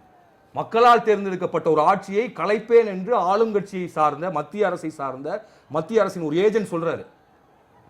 அப்போ நாங்களாம் முட்டாள். ஒரு அரசை தேர்ந்தெடுத்து அவங்க ஆட்சியில் உட்கார நீங்கள் வந்து ஜல்லிக்கட்டை நடத்திப்பாரு. நான் அப்போ நீங்கள் காவிரியில் தண்ணி கோர்ட் ஆர்டர் படி கர்நாடகா தண்ணி திறந்தோட ஆட்சியை கலைச்சிங்களா? இப்போ இந்த த்ரெட்டன் எங்கேருந்து வருது? ஏன் எங்களை பிளாக்மெயில் பண்ணுற? இந்தியாவுடைய ஒரு பகுதிதான தமிழ்நாடு. மீனவர்களுக்கு அவ்வளோ பிரச்சனை இருக்கப்ப இந்தியா அதுக்கு ஜியோ பொலிட்டிக்கலாக என்ன முடிவு பண்ணியிருக்காங்க? இவ்வளோ கேள்விகளுக்குமான அந்த கேள்வி கேட்குறாங்கன்னா அந்த கேள்வியை அந்த கூட்டத்துக்குள் பேசிகிட்டே இருக்காங்கன்னா அந்த கேள்விகள்லாம் சேர்ந்து இந்த கேள்விகளுக்கு பதில் கிடைக்காத போது ஜல்லிக்கட்டுன்னு ஒரு போராட்டம் ஆகிறப்ப எல்லாரும் சேர்ந்து வந்து நிற்கிறாங்க. ஜல்லிக்கட்டு என்பது ஒரு அடையாளம், ஜல்லிக்கட்டு என்பது ஒரு குறியீடு. அந்த குறியீடு 2 வெற்றியை கொடுத்துருக்கு. என்னன்னா தமிழன் ஒன்று சேர்ந்து நிற்பாங்கிறதையும் ஜாதியை தாண்டி ஜல்லிக்கட்டு வெளியில் வந்துருச்சுங்கிறதையும். 2 முக்கியமான பார்வைகளை சொல்லியிருக்கீங்க. நேற்று உங்களுடைய பார்வை என்ன? இந்த போராட்டம் வந்து ஒரு பண்பாட்டு சுரண்டல், பண்பாட்டு ஆதிக்க எதிர்ப்புக்கு, பண்பாட்டை குறைத்து மதிப்பிடுதலுக்கு எதிரான போராட்டம், ஒரு நம்பிக்கை தரக்கூடிய போராட்டம் அப்படின்ற பார்வை இருக்குது. மாநில உரிமைகள் மறுக்கப்பட்டது, தமிழின உணர்வுக்கு மதிப்பளிக்கப்படலை அப்படின்றதுக்கு எதிரான போராட்டம், உணவு அரசியலுக்கு எதிரான போராட்டம், உலகமயத்துக்கு எதிரான போராட்டம், சாதியை கடந்த போராட்டம் அப்படின்ற பல பார்வைகளை முன்வைக்கிறாங்க. உங்கள் பார்வையில் இந்த போராட்டம் எப்படிப்பட்டது? முதல்ல நான் இதை போராட்டமாக பார்க்கல சார். இது ஒரு மிகப்பெரிய புரட்சி சார். அந்த இளைஞர்களும் அந்த மாணவர்களும் நான் வாழ்த்தக்கூடிய வயதில் இருந்தாலும் அவர்களை நான் வணங்குகிறேன். இதில் என்னென்னா இது வந்து பாரம்பரியங்கிறது மட்டுமே இல்லாமல் இதில் எல்லா விஷயமும் அடங்கியிருக்கு சார். நீங்கள் சொன்ன அனைத்து கேட்டகரியுமே வந்து அதில் அடங்கியிருக்கு. இதில் என்னென்னா, அதாவது நம்ம என்ன தான் சாப்பிட்ணும் அப்படிங்கிறத அடுத்தவங்க டிசைட் பண்ணுறாங்க. முதல்ல அங்கே உணவு புரட்சி கொண்டு வந்துட்டாங்க. இல்லை, இது எங்களோட பாரம்பரியம், எங்களுக்கு இந்த விஷயங்கள் வேணும். அப்புறம் இந்த ஸ்போர்ட், இந்த சோ கால்டு இந்த ட்ரெடிஷ்னல் ஸ்போர்ட், பாரம்பரிய விளையாட்டு, இந்த விளையாட்டு வந்து இதை ஏன் பேன் பண்ணணும்? அதுக்கு காரணம் 1000 சொல்கிறாங்க. மிக முக்கியமான காரணமாக சொல்லப்பட்டது வந்து அந்த காளை இனத்தை வந்து என்டேஞ்சர்ட் அனிமல் லிஸ்ட்டில் சேர்த்துருக்காங்க. அதாவது 1ஆம் கிளாஸ் புத்தகத்தை எடுத்து படிக்கும்போது ஒரு கிராமம் அப்படின்னு ஒரு சப்ஜெக்ட் எடுத்தோம்னா அதில் ஒரு வயல்வெளி இருக்கும், அதில் ஒரு விவசாயி உழுதுட்டு இருப்பார், ஒரு ஏர் இருக்கும், அதில் ஒரு காளை மாடு இருக்கும், இந்த பக்கம் ஒரு பசுமாட்டுக்கு அம்மா சாப்பாடு ஊட்டிகிட்டு இருப்பாங்க. இதுவே வந்து எங்கள் ஃபேமிலின்னு நீங்கள் முதல்ல சொல்லிடுறீங்க. அது எப்போ இது வந்து அந்த வைல்ட் லைஃப் அனிமலில் போய் சேர்ந்தது தெரியல. இது யார் சேர்த்தாங்க தெரியல. இப்போ அதுவும் உடஞ்சி போச்சு. வாடி வாசல்ங்கிற வார்த்தை நமக்கு மட்டுமே தெரிஞ்சிருந்த ஒரு வார்த்தை இப்போ காஷ்மீர் வரைக்கும் எல்லாருக்குமே தெரிஞ்சிச்சு. இதுக்கெல்லாம் காரணம் இந்த மாணவர்கள் தான். இது வந்து என்னை பொறுத்தவரை இது போராட்டமாக பார்க்கல, இது மிகப்பெரிய புரட்சி. இனிமேல் வந்து ஒவ்வொரு விஷயத்தையுமே வந்து ஒரு மாணவர்கள் அமைப்பை உருவாக்கி அவங்கக்கிட்ட நம்ம வந்து டெசிஷன் கேட்கணும். ஒரு சட்டம் இயற்றும் போதோ இல்லை வந்து ஒரு முக்கியமான விஷயத்தை நம்ம வந்து கன்வே பண்ண நினைக்கும் போதோ, ஒரு தொலைநோக்கு பார்வையோட சில விஷயங்களை செய்யும் போதோ இப்படி ஒரு அமைப்பை உருவாக்கி அவங்களோட டெசிஷன் ஆத்தரைசேஷன் என்ன, அவங்க என்ன சொல்ல நினைக்கிறாங்க, இதனால் அவங்க என்ன ஒரு பாயிண்ட் ஆஃப் வியூ நினைக்கிறாங்க, இந்த மாதிரி விஷயங்கள்லாம் வந்ததுன்னா ஒரு மிகப்பெரிய விஷயமா அமையும் சார். அதுக்கு இவங்க இந்த இளைஞர்கள் வந்து அதுக்கு வந்து ஒரு ஸ்டெப்பிங் ஸ்டோனை வந்து உருவாக்கிட்டாங்க சார். வேல்முருகன், உங்களுக்கு என்ன உணர்வை தருகிறது இந்த போர்? கிராமத்தில் மாடுகள்லாம் நாங்கள் மேய்க்கும் பொழுது மாடு வயிற்றுக்கு மேஞ்சிருக்கு, பசு மாடு வயிற்றுக்கு மேஞ்சிருக்கு, அந்த மாட்டையும் ஆட்டையும் மேய்ச்சவன் வயிறு ஆலையில போல காஞ்சிருக்கு, அண்ணாலையில போல காஞ்சிருக்கு. காலையில் நாங்கள் அந்த காளைகளை வயல்வெளிக்கு ஓட்டி போய் அந்த புல்லுகளை வந்து மேய்ஞ்சி அது சாப்பிட்டுட்டு சாயங்காலம் 6 மணிக்கு திரும்ப வந்து அந்த சூரியன் வந்து மறையும் பொழுது கொண்டு இதில் வந்து கட்டிட்டு அப்போ என்ன பண்ணுவோம், அப்போ தான் தலைப்பாக்கிட்ட இது பண்ணிவிட்டு உதறிட்டு அப்பாடான்னு சொல்லி நான் சனி ஞாயிறு லீவில் நான் ஆடு மாடு மேய்ச்சிருக்கிறேன். அப்போ மேய்க்கும்போது போட்டுட்டு அந்த அப்பயும் கொண்டு வந்து தலையில் அந்த புல் அந்த தேவையான அதுக்கான உணவுகள் நைட்டில் சாப்பிட்ணுமேங்கிறத எடுத்து வந்து கொண்டு வந்து போட்டுட்டு காலையில் அதுக்கப்புறமா நான் கை கால் மூஞ்சி கழுவிட்டு அந்த சாப்பாடு சாப்பிடுவோம். எதுக்காக அப்படின்னாக்க தான் வளர்க்குற வந்து அந்த குலதெய்வமாக நினைக்கிற அந்த காளை வயிறு நிறைய பசியாக ஆறினா பிறகு தான் நம்மளுடைய குடும்பம் நல்லா இருக்கும், நம்மளுடைய குடும்பம் சந்தோஷமாக இருக்கும், நம்மளுடைய ஊர் சந்தோஷமாக இருக்கும், இந்த உலகம் சந்தோஷமாக இருக்கும், நாடு சந்தோஷமாக இருக்குங்கிறதுக்காக எங்கள் பெரியவங்க சொல்கிறது. அதேமாரி எத்தனை கோடி வீடு கட்டினாலும் முதல்ல பசுமாட்டை உள்ளே விட்டுட்டு தான் அந்த வீட்டு உள்ள, அதுக்கப்புறம் தான் நாங்களே உள்ளே போவோம். அது ஏன்னா அதனுடைய ஆசீர்வாதம் வேணும், எங்கள் குலதெய்வம் நாங்கள் பார்க்குறோம்னு சொல்லிட்டு. அதேமாரி கிராமத்தில் என்ன பண்ணுவாங்கன்னா காலையில் 4 மணிக்கு என்ன தான் குளிராக இருந்தாலும் ஜில்லுன்னு இருந்தாலும் அந்த சாணத்தை கரைச்சி கையால் கரைச்சி வாசலில் தெளித்து வீட்டெல்லாம் மொழிவிட்டு, ஏன்னா அப்போவே இருக்கிற வந்து நம்மளுடைய அந்த சின்ன சின்ன புழுகள் பூச்சிகள் வீட்டில் வந்து குழந்தைகள் ஆண்டிடக்கூடாது, வேறு ஏதாவது வியாதி வந்துடக்கூடாதுங்கிறதுக்காகவே அந்த சாணத்தால் எல்லாத்தையுமே பூசி இது பண்ணிட்டு பூசணி பூவை எடுத்து வந்து நடுவாசல் அந்த சாணத்தை பிடிச்சி வச்சு அது பிள்ளையார் மாதிரி அதாவது ஒரு கடவுளாக அதை நினச்சி அதை வணங்கி வச்சு அந்த பூசணி பூவை வச்சு கோலத்தை போட்டு அப்படி ஒவ்வொரு நாளும் வந்து அந்த எங்களுடைய காளைகளை வணங்கி நாங்கள் வாழ்ந்த காலங்கள் அது பார்க்கும்பொழுது இன்றைக்கி அப்படிப்பட்ட ஒரு விழா வேணாம், அப்படிப்பட்ட வந்து காளைகளுடைய ஜல்லிக்கட்டு வேணாம், இது தமிழன் இப்படிலாம் வந்துட்டால் இப்படிலாம் நல்லா ஆகிட்டாக்க என்ன ஆகும் அப்படின்னாக்க தமிழன் ஒட்டுமொத்தமாக அழிக்கப்படுவான். நம்ம எல்லாமே வந்து தமிழ்நாடு அழிஞ்சு போச்சுன்னா எல்லாமே வீணாக போயிட்டுனாக்கா நம்ம எல்லாம் சந்தோஷமாக இருக்கலாம், மகிழ்ச்சியாக இருக்கலாம் அப்படிங்கிற ஒரு சின்ன ஒரு ஏதோ கெட்ட எண்ணத்தில். ஆனால் அவங்களுக்கே ஒரு பிரச்சனைனா இந்த தமிழன் தான் முதல்ல போய் நிற்பான் அப்படிங்கிறது இது யாருக்குமே தெரியல. அதனால தான் இவங்க வந்து இந்த இளைஞர்கள் அறவழியாக இப்போ போராடிக்கிட்டு இருக்காங்க. இன்னும் ஒரு விஷயம் எங்கள் கிராமத்தில் சொல்கிறது என்னென்னா, இப்போ வீட்டில் ஒரு ஊரில் வந்து ஒருத்தவங்க ஆசிரியராகவோ இல்லை போலீஸ்காரரோ இருந்தாங்கனாக்கா ஒரு கிராமத்தில் இல்லை டிவி வச்சுருந்தாங்கன்னா அவங்க வீட்டு மேலே பார்வை போய் கண் திஷ்டி வரும். அப்படி கண் திஷ்டி வரும்பொழுது என்ன பண்ணுவாங்கனாக்க, ஆமாம் கண் திஷ்டி வரும். அப்போ என்ன பண்ணுவாங்கன்னா அவங்க ஏதாவது 10 பேருக்கு சாப்பாடு போடுவாங்க, இல்லை ஏதாவது நல்ல நாளில் வந்து காசு கொடுத்து ஏதாவது அந்த கண் திஷ்டி கழிப்பாங்க, இல்லைன்னா 4 பேருக்கு பிறந்த நாளுக்கு புத்தக நோட்டுகள் இந்த மாதிரி கொடுத்து ஏதாவது இப்படி பண்ணுவாங்க. இதே மாதிரி நம்ம வந்து ஜனவரி மாதத்தினுடைய ஆங்கில மாதத்தினுடைய மாதம் அந்த தமிழ் மாதத்தில் தை மாதத்தில் வந்து எதை தொடங்கினாலும் வெற்றியாகும், எதை தொடங்கினாலும் நம்மளுக்கு புத்துணர்ச்சி கொடுக்கும்.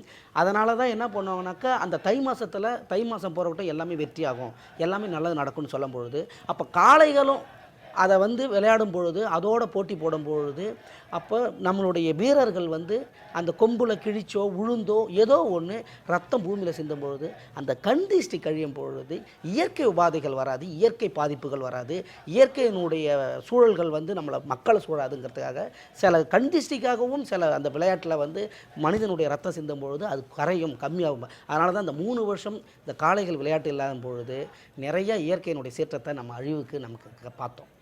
இதெல்லாம் பெரியவங்க சொல்லுவாங்க. இப்படி சொல்லும் பொழுது இந்த மாதிரி எங்களுக்கு இதாக இருக்குது. பேராசிரியர் ராமமோகன் இதில் வெவ்வேறு பரிமாணங்களை சொல்லியிருக்கோம். நீங்கள் இந்த தமிழ்நாட்டுக்கு வெளியிலையும் நீண்ட காலம் பணியாற்றியவர், டெல்லியில் அறிவு புலமை கொண்டவங்களோட பழகினவர். இது ராம் சொன்னப்போ ஒரு கருத்து சொன்னார், ஒரு நேஷ்னல் மீடியாவுடைய ஒரு பார்வையை மாற்றிருக்கு, தமிழர்களுக்கென்று ஒரு சென்டிமெண்ட் இருக்குது, இது it has to be respected அப்படின்னு சொல்லி இதை ஒரு மரியாதையோடு பார்க்குற ஒரு பார்வையை இந்த போராட்டம் தந்திருக்கு, நேஷ்னல் மீடியாவுடைய பெர்ஸ்பெக்டிவ் அதை மாற்றிருக்கு அப்படின்ற ஒரு கருத்தை சொல்கிறார். இப்படி ஒரு கலெக்டிவாக தமிழ் சமூகத்துக்கான இன்னும் ஒரு தென்கோடியில் இருக்கிற ஒரு மாநிலத்துக்குன்னு தனித்த அடையாளங்கள் இருக்குது அப்படின்னு, இன்னொரு சமூகத்துக்கு தனித்த அடையாளம் இருக்குது, அவங்களுக்குன்னு ஒரு பாரம்பரியம் பண்பாடுன்னு ஒன்று இருக்குது அப்படின்னு புரிஞ்சிக்காதவங்களா மற்றவங்க இருக்கிறாங்களா? அந்த அளவுக்கு ஒரு டிஸ்கனெக்ட் இருக்கா? அது வந்து ஒரு ஆர்டிஃபிஷியல் டிஸ்கனெக்ட், இது ஒரு செயற்கையான ஒரு வந்து அவர் சொன்னது முழுக்க உண்மை. இது வந்து நான் திரும்ப நான் வந்து இனப்படுகொலைக்காரன் நான் போறேன்னு தவறாக என்ன வேண்டாம். அவ்வளவு பெரிய ஒரு இனப்படுகொலை நடந்த போது கூட வந்து வட இந்திய ஊடகங்களோ பத்திரிகைகளோ வந்து அதை பதிவு கூட செய்யலை. எனக்கு வந்து மிக வியப்பாக இருந்தது. தமிழ்நாடும் இந்தியாவில் தான் இருக்கின்றது, இவ்வளவு துயரங்களை சுமந்து மக்கள் போராடி கொண்டிருக்கின்றார்கள், குறைந்தபட்ச நீதிக்காக பன்னாட்டு மனித உரிமையில் பேசும்போது கூட எதற்காக மத்திய அரசாங்கமோ அல்லது ஊடகங்களோ கூட இதை வந்து அவர்கள் ஏதோ ஒரு மாற்று கருத்தை பார்ப்பதை போல் தான் பார்த்து பேசிக்கொண்டிருந்தார்கள். நேற்று இரவு கூட ஆங்கில ஊடகங்களிலும் வட இந்திய ஊடகங்களிலும் நான் உண்மையிலேயே வட இந்தியாவில் 25 ஆண்டுகள் இருந்தவன். அதனால் எனக்கு வந்து இது ஒரு மாற்று கருத்து ஏதோ ஒரு எதிர்வாதம் வைப்பதற்காக சொல்லவில்லை. நேற்று நடந்த ஒரு ஒரு விவாதத்தின் போது அவர் சொல்லுகின்றார், நீங்கள் உங்கள் மூடல் நம்பிக்கைக்காக நீங்கள் பேசிக்கொண்டிருக்கிறீர்கள், சட்டத்திற்கு எதிராக பேசிக்கொண்டிருக்கிறீர்கள். எனக்கு மிகவும் வியப்பாகவும் வருத்தமாக இருந்தது, ஒரு இந்தியா என்பது பல தேசிய இனங்களை கொண்ட ஒரு குடும்பங்களை கொண்ட ஒரு தேசம். எவ்வாறு பல தேசிய இனங்களின் உரிமைகளையும் கலாச்சாரங்களையும் புறக்கணித்து விட்டு நாம் ஏதோ ஒரு பொதுமறையாக ஒரு தேசம் என்று உருவாக்கும் பொழுது அந்த தேசத்தின் கட்டுமானங்களே நீண்ட காலத்துக்கு வலுவாக இருக்க முடியாது. அதைத்தான் மத்திய அரசாங்கத்தை பற்றி நாம் குறை சொல்லும்போது காங்கிரஸ்காரர்களுக்கு மிகப்பெரிய ஏதோ நாம் அவர்களுக்கு எதிராக சொல்வது, அவர்களுக்கு எதிராக இந்தியாவில் நாங்களும் தான் இருந்து கொண்டிருக்கின்றோம். அதனால் எங்களுடைய மாநில உணர்வுகளையும் மக்களின் உணர்வுகளையும் பிரதிபலிக்கும் போது அதில் இருக்கின்ற உண்மைகளை பரிசீலியுங்கள். இதை ஏதோ ஒரு தமிழர் என்று சொல்லும்போது மட்டுமே அந்த இனப்படுகளையோ அல்ல நதிநீர் உரிமைகள் கனிம வளங்களை பற்றியோ டிமானிட்டைசேஷன் நடந்த பிரச்சனைகளுக்கும் மீனவர் பிரச்சனைகளை பற்றி பேசும்பொழுதோ இந்த பிரச்சனைகளே இல்லை என்று சொல்லுங்கள், நாம் விவாதிக்கலாம். ஆனால் இந்த பிரச்சனைகளை பற்றி எந்த ஒரு மாற்று கருத்தை ஏதோ ஒரு தமிழ்நாட்டிலிருந்து சொல்லுகின்றார்கள் மத்திய அரசாங்கம். நாம் சொல்லும் பொழுது மிக குறைந்த சதவீதத்தில் 7% மக்களுக்காக நான் 93% ஒரு தீர்மானத்தை, அந்த 93% யார்? பிறகு நீங்கள் இந்த அரசாங்கத்தை நாங்கள் இந்த ஜல்லிக்கட்டை நடத்தினால் நாங்கள் இந்த அரசாங்கத்தை நாங்கள் கவிழ்த்து விடுவோம் என்று சொல்லும் பொழுது அதை சொல்வதற்கான அங்கீகாரம் உங்களுக்கு எங்கிருந்து கிடைக்கின்றது? அவ்வாறு இந்தியாவில் யார் தான் அந்த பெரும்பான்மை என்பதை நான் தெரிந்து கொள்ள விரும்புகின்றேன். யார் அந்த 60%? எல்லா தேசிய இன மக்களை சேர்ந்தது தானே ஒரு தேசம். இதை சொல்லும் பொழுது நான் வடகிழக்கு மாநில மக்களின் உரிமைகளை பற்றியும் சொல்ல விரும்புகின்றேன். காஷ்மீர் மக்களின் உரிமைகளை பற்றியும் அவர் இந்த எல்லா இன மக்களை விலக்கிவிட்டு தமிழினத்திற்கு மட்டும் தான் உரிமை என்று சொல்ல, எல்லா இனங்களுக்கும் சரியான உரிமையை கொடுங்கள், மக்களுடைய பாதகைகளை புரிந்து கொள்ளுங்கள் என்று தான் மத்திய அரசாங்கத்தை நாம் உழைத்துக் கொண்டிருக்கின்றோம். ஒவ்வொரு மாநிலத்தினுடைய கரமும் ஒவ்வொரு மாநிலத்தினுடைய உரிமையும் வலுப்படும் போது இந்தியான்ற கூட்டாட்சியும் வலுப்படும். அதைத்தான் சொல்றேன். நீங்கள் அந்த வழித்தடங்களில் டோல் வழிப்பணம் வசூலிக்கின்றார்கள். குஜராத்தில் வசூலிப்பது கிடையாது, மகாராஷ்டிராவில் வசூலிப்பது கிடையாது, தமிழகத்தில் வசூலித்துக் கொண்டிருக்கிறீர்கள். அதே 20 ஆண்டுகளாக தமிழகத்தில் நாங்கள் என்ன செய்ய பாவம் செய்தோம்? எங்களிடம் அதிகமாக 20 வருடங்களுக்கு மேலாக குஜராத்தில் இருப்பவர்களுக்கு அப்படி என்ன ஒரு சலுகை, மகாராஷ்டிராவில் இருப்பவர்கள் அப்படி என்ன ஒரு பிரஜை உரிமை இருக்கின்றது? இந்த மாநிலத்தில் இருப்பவர்கள் மட்டும் அந்த டோல் வழித்தடங்களில் பணம் கட்டி கொண்டிருக்க வேண்டும். அடுத்தது மற்றும் நதிநீர் உரிமையை பற்றி பேசும்பொழுது கர்நாடக மாநிலத்தில் அதே உச்சநீதிமன்றத்திற்கான ஒரு தீர்ப்பு வெளியாகும் பொழுது அங்கு இருக்கின்ற மந்திரி சபையில் இருப்பவர்கள் அந்த தீர்ப்பினை சாதகமாக ஒரு காலம் தாழ்த்துவதற்காக முயற்சிகள் செய்யும் பொழுது மத்திய அரசாங்கம் சரியான நிலைப்பாட்டினை எடுக்கவே இல்லை. நான் இதற்காக மத்திய அரசாங்கத்தை மட்டுமே குறை சொல்லவில்லை. தமிழகத்தில் இருக்கின்ற அரசும் எதிர்க்கட்சிகளும் கூட சரியான செயல்பாடுகள் வேண்டும் தான். ஆனால் மத்திய அரசாங்கத்தின் நிலைப்பாடு என்பது நீங்கள் கேட்ட ஒரு கேள்விக்காக வட இந்திய மற்றும் தென்னிந்திய சார்ந்து, இது வட இந்திய தென்னிந்திய மட்டுமே கிடையாது. மற்றும் இந்த கவ் பெல்ட் மென்டாலிட்டி என்று சொல்வார்கள். இந்த கவ் பெல்ட் மென்டாலிட்டி இவர்களுக்கு இந்த வடகிழக்கு மாநில பிரச்சனைகளை பேசும்பொழுது இவர்கள் மஞ்சள் முகத்தை கொண்டவர்கள், அல்லது காஷ்மீரத்தை பேசுவது இவர்கள் முஸ்லிம் மக்கள் இஸ்லாமியர்கள் பேசுகின்றார்கள். ஆனால் இந்தியர்கள் பேசுகின்றார்கள் இந்திய மக்களின் பிரச்சனைகள். அதே பிரச்சனைகள் தான் தமிழக மீனவர்களை பற்றி சொல்லும் பொழுதும் கூட நீங்கள் தமிழக மீனவர்களை இந்தியாவிலிருந்து இந்திய மீனவர்கள் சொல்லுவதில்லை, ராமேஸ்வரம் மீனவர்கள் என்று சொல்லுகின்றீர்கள். நீங்கள் குஜராத்தில் இருப்ப மீனவர்களை இந்திய மீனவர்கள் என்று பாகிஸ்தான் அரசாங்கத்தின் பேச்சுவார்த்தை நடத்துகின்றீர்கள். இந்த மக்களுக்கு உரிமை வேண்டும் என்றால் இந்த தமிழகத்திலிருந்து தானே குரல் எழுப்ப வேண்டும். அது வட இந்திய ஊடகங்கள், வட இந்திய பத்திரிகைகள் என்ன சொல்லினால் அது நிறைய விழிப்புணர்வு மாணவர்களும் இளைஞர்களும் எழுத்தாளர்களும் நிறைய பேர் இவ்வளவு பெரிய இனப்படுகளை, இவ்வளவு பெரிய பிரச்சனை எங்களுக்கு இருக்கிறது. குடிநீருக்காக ஒரு நீண்ட ஒரு காலமாக நாங்கள் போராடி கொண்டிருக்கின்றோம். அந்த விவசாய பிரச்சனைக்காக எங்களுக்கு நதிநீர் தீர்வு கிடைத்தால் தான் விவசாயத்துக்கான பிரச்சனைகள் தீர்வு வரும். நிரந்தரமான தீர்வு வேண்டும். அமெரிக்காவை பற்றி பேசுகின்றவர்கள் அமெரிக்காவில் நதிநீர் என்பது தேசியமயமாக்கப்பட்ட ஒரு விடயம். நீங்கள் இவ்வளவு தேசிய ஒற்றுமை பற்றி பேசுகின்றவர்கள் அதற்கான தமிழகத்தின் தொடர்ந்து குரல் கொடுத்து நாங்கள் பிரிவினைவாதிகள் கிடையாது. நதிகளை தேசியமயமாக்கும் என்று சொல்லும் பொழுது எவ்வாறு நாம் பிரிவினைவாதிகளாக ஆக முடியும்? அதில் சொல்ற மாதிரி வட இந்திய தென்னிந்திய இந்த ஊடகங்களோட வித்தியாசங்கிறது வெறும் ஊடகம் பற்றிய விஷயமா மட்டும் பார்க்கல. பொதுவாகவே நமக்கு இந்தியாவினுடைய வரலாறே எடுத்துட்டீங்கன்னா இந்தியாவினுடைய வரலாறுங்கிறது வட இந்தியாவினுடைய வரலாறு. அது ஒருபோதும் தென்னிந்தியாவினுடைய வரலாறை, தமிழக வரலாறை கணக்கில் எடுத்துக்கிட்டே இல்லை. இன்றைக்கி நமக்கு தெரியும் கீழடி ஆய்வுகள் நிறுத்தப்பட்டது. சிந்து சமவெளி ஆய்வு தொடர்ந்து நடந்துக்கிட்டே இருக்குது, அதுக்கு கவனம் கிடைச்சிட்டே இருக்குது. சிந்து சமவெளி ஆய்வுக்கு பணம் ஒதுக்கக்கூடிய ஒரு அரசு ஹரப்பாவை ஆய்வு செய்ய விரும்புகிற ஒரு அரசு கீழடிக்கு ஏன் வந்து மறுக்குது? இதே போல் தமிழினுடைய தொன்மையான இலக்கியம், தமிழ் வந்து ஒரு செம்மொழியாக ஒரு அந்தஸ்து பெற்றாலும் கூட இதனுடைய படைப்புகள் எதுவுமே வட இந்தியாவுக்கு தெரியாது.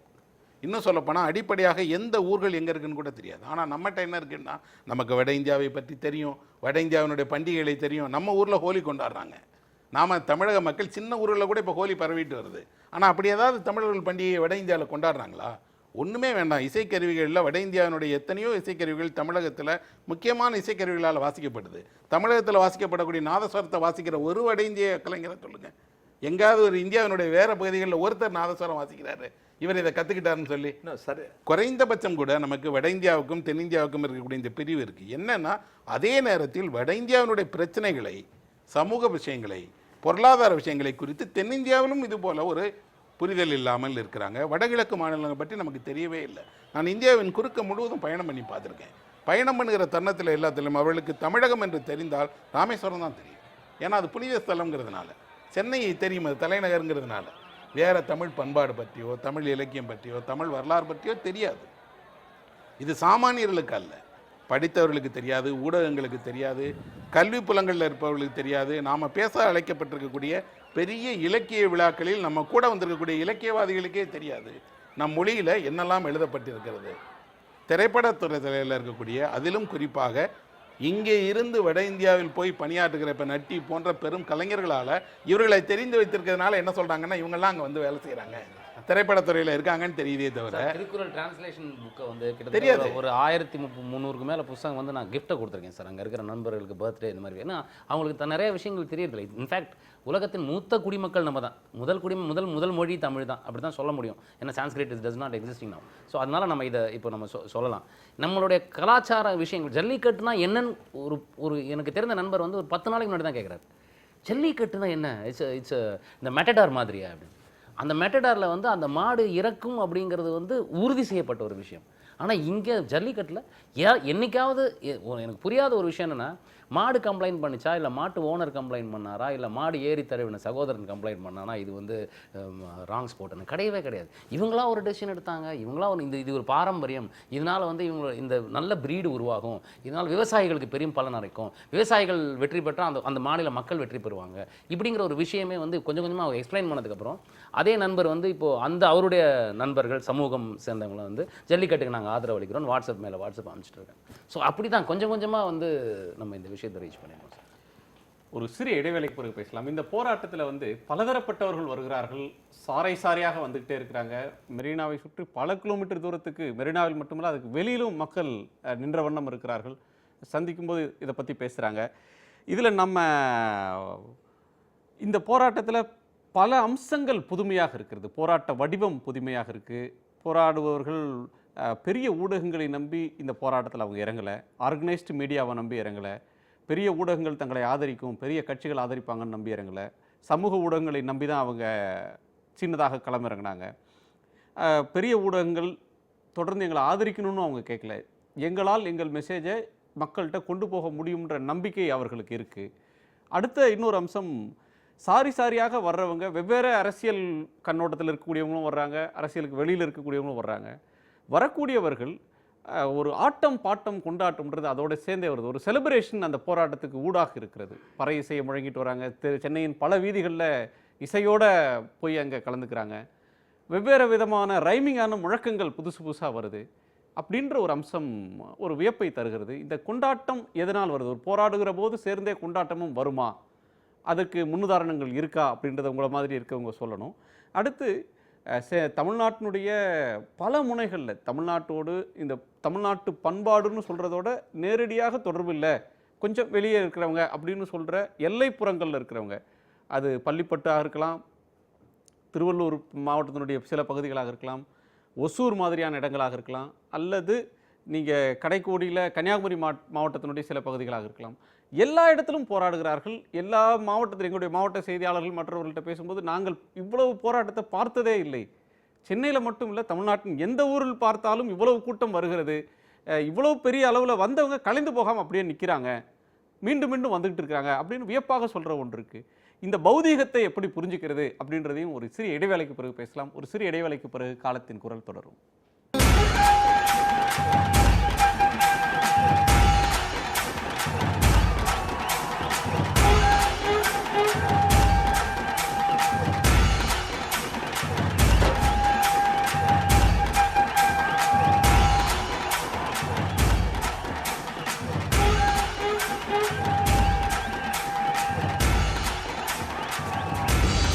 வெட்டி முட்டிருக்கு உச்சி பூச ஆத்திருக்கு ஏத்தி வெளியே வா வெளியே வா வெளியே வா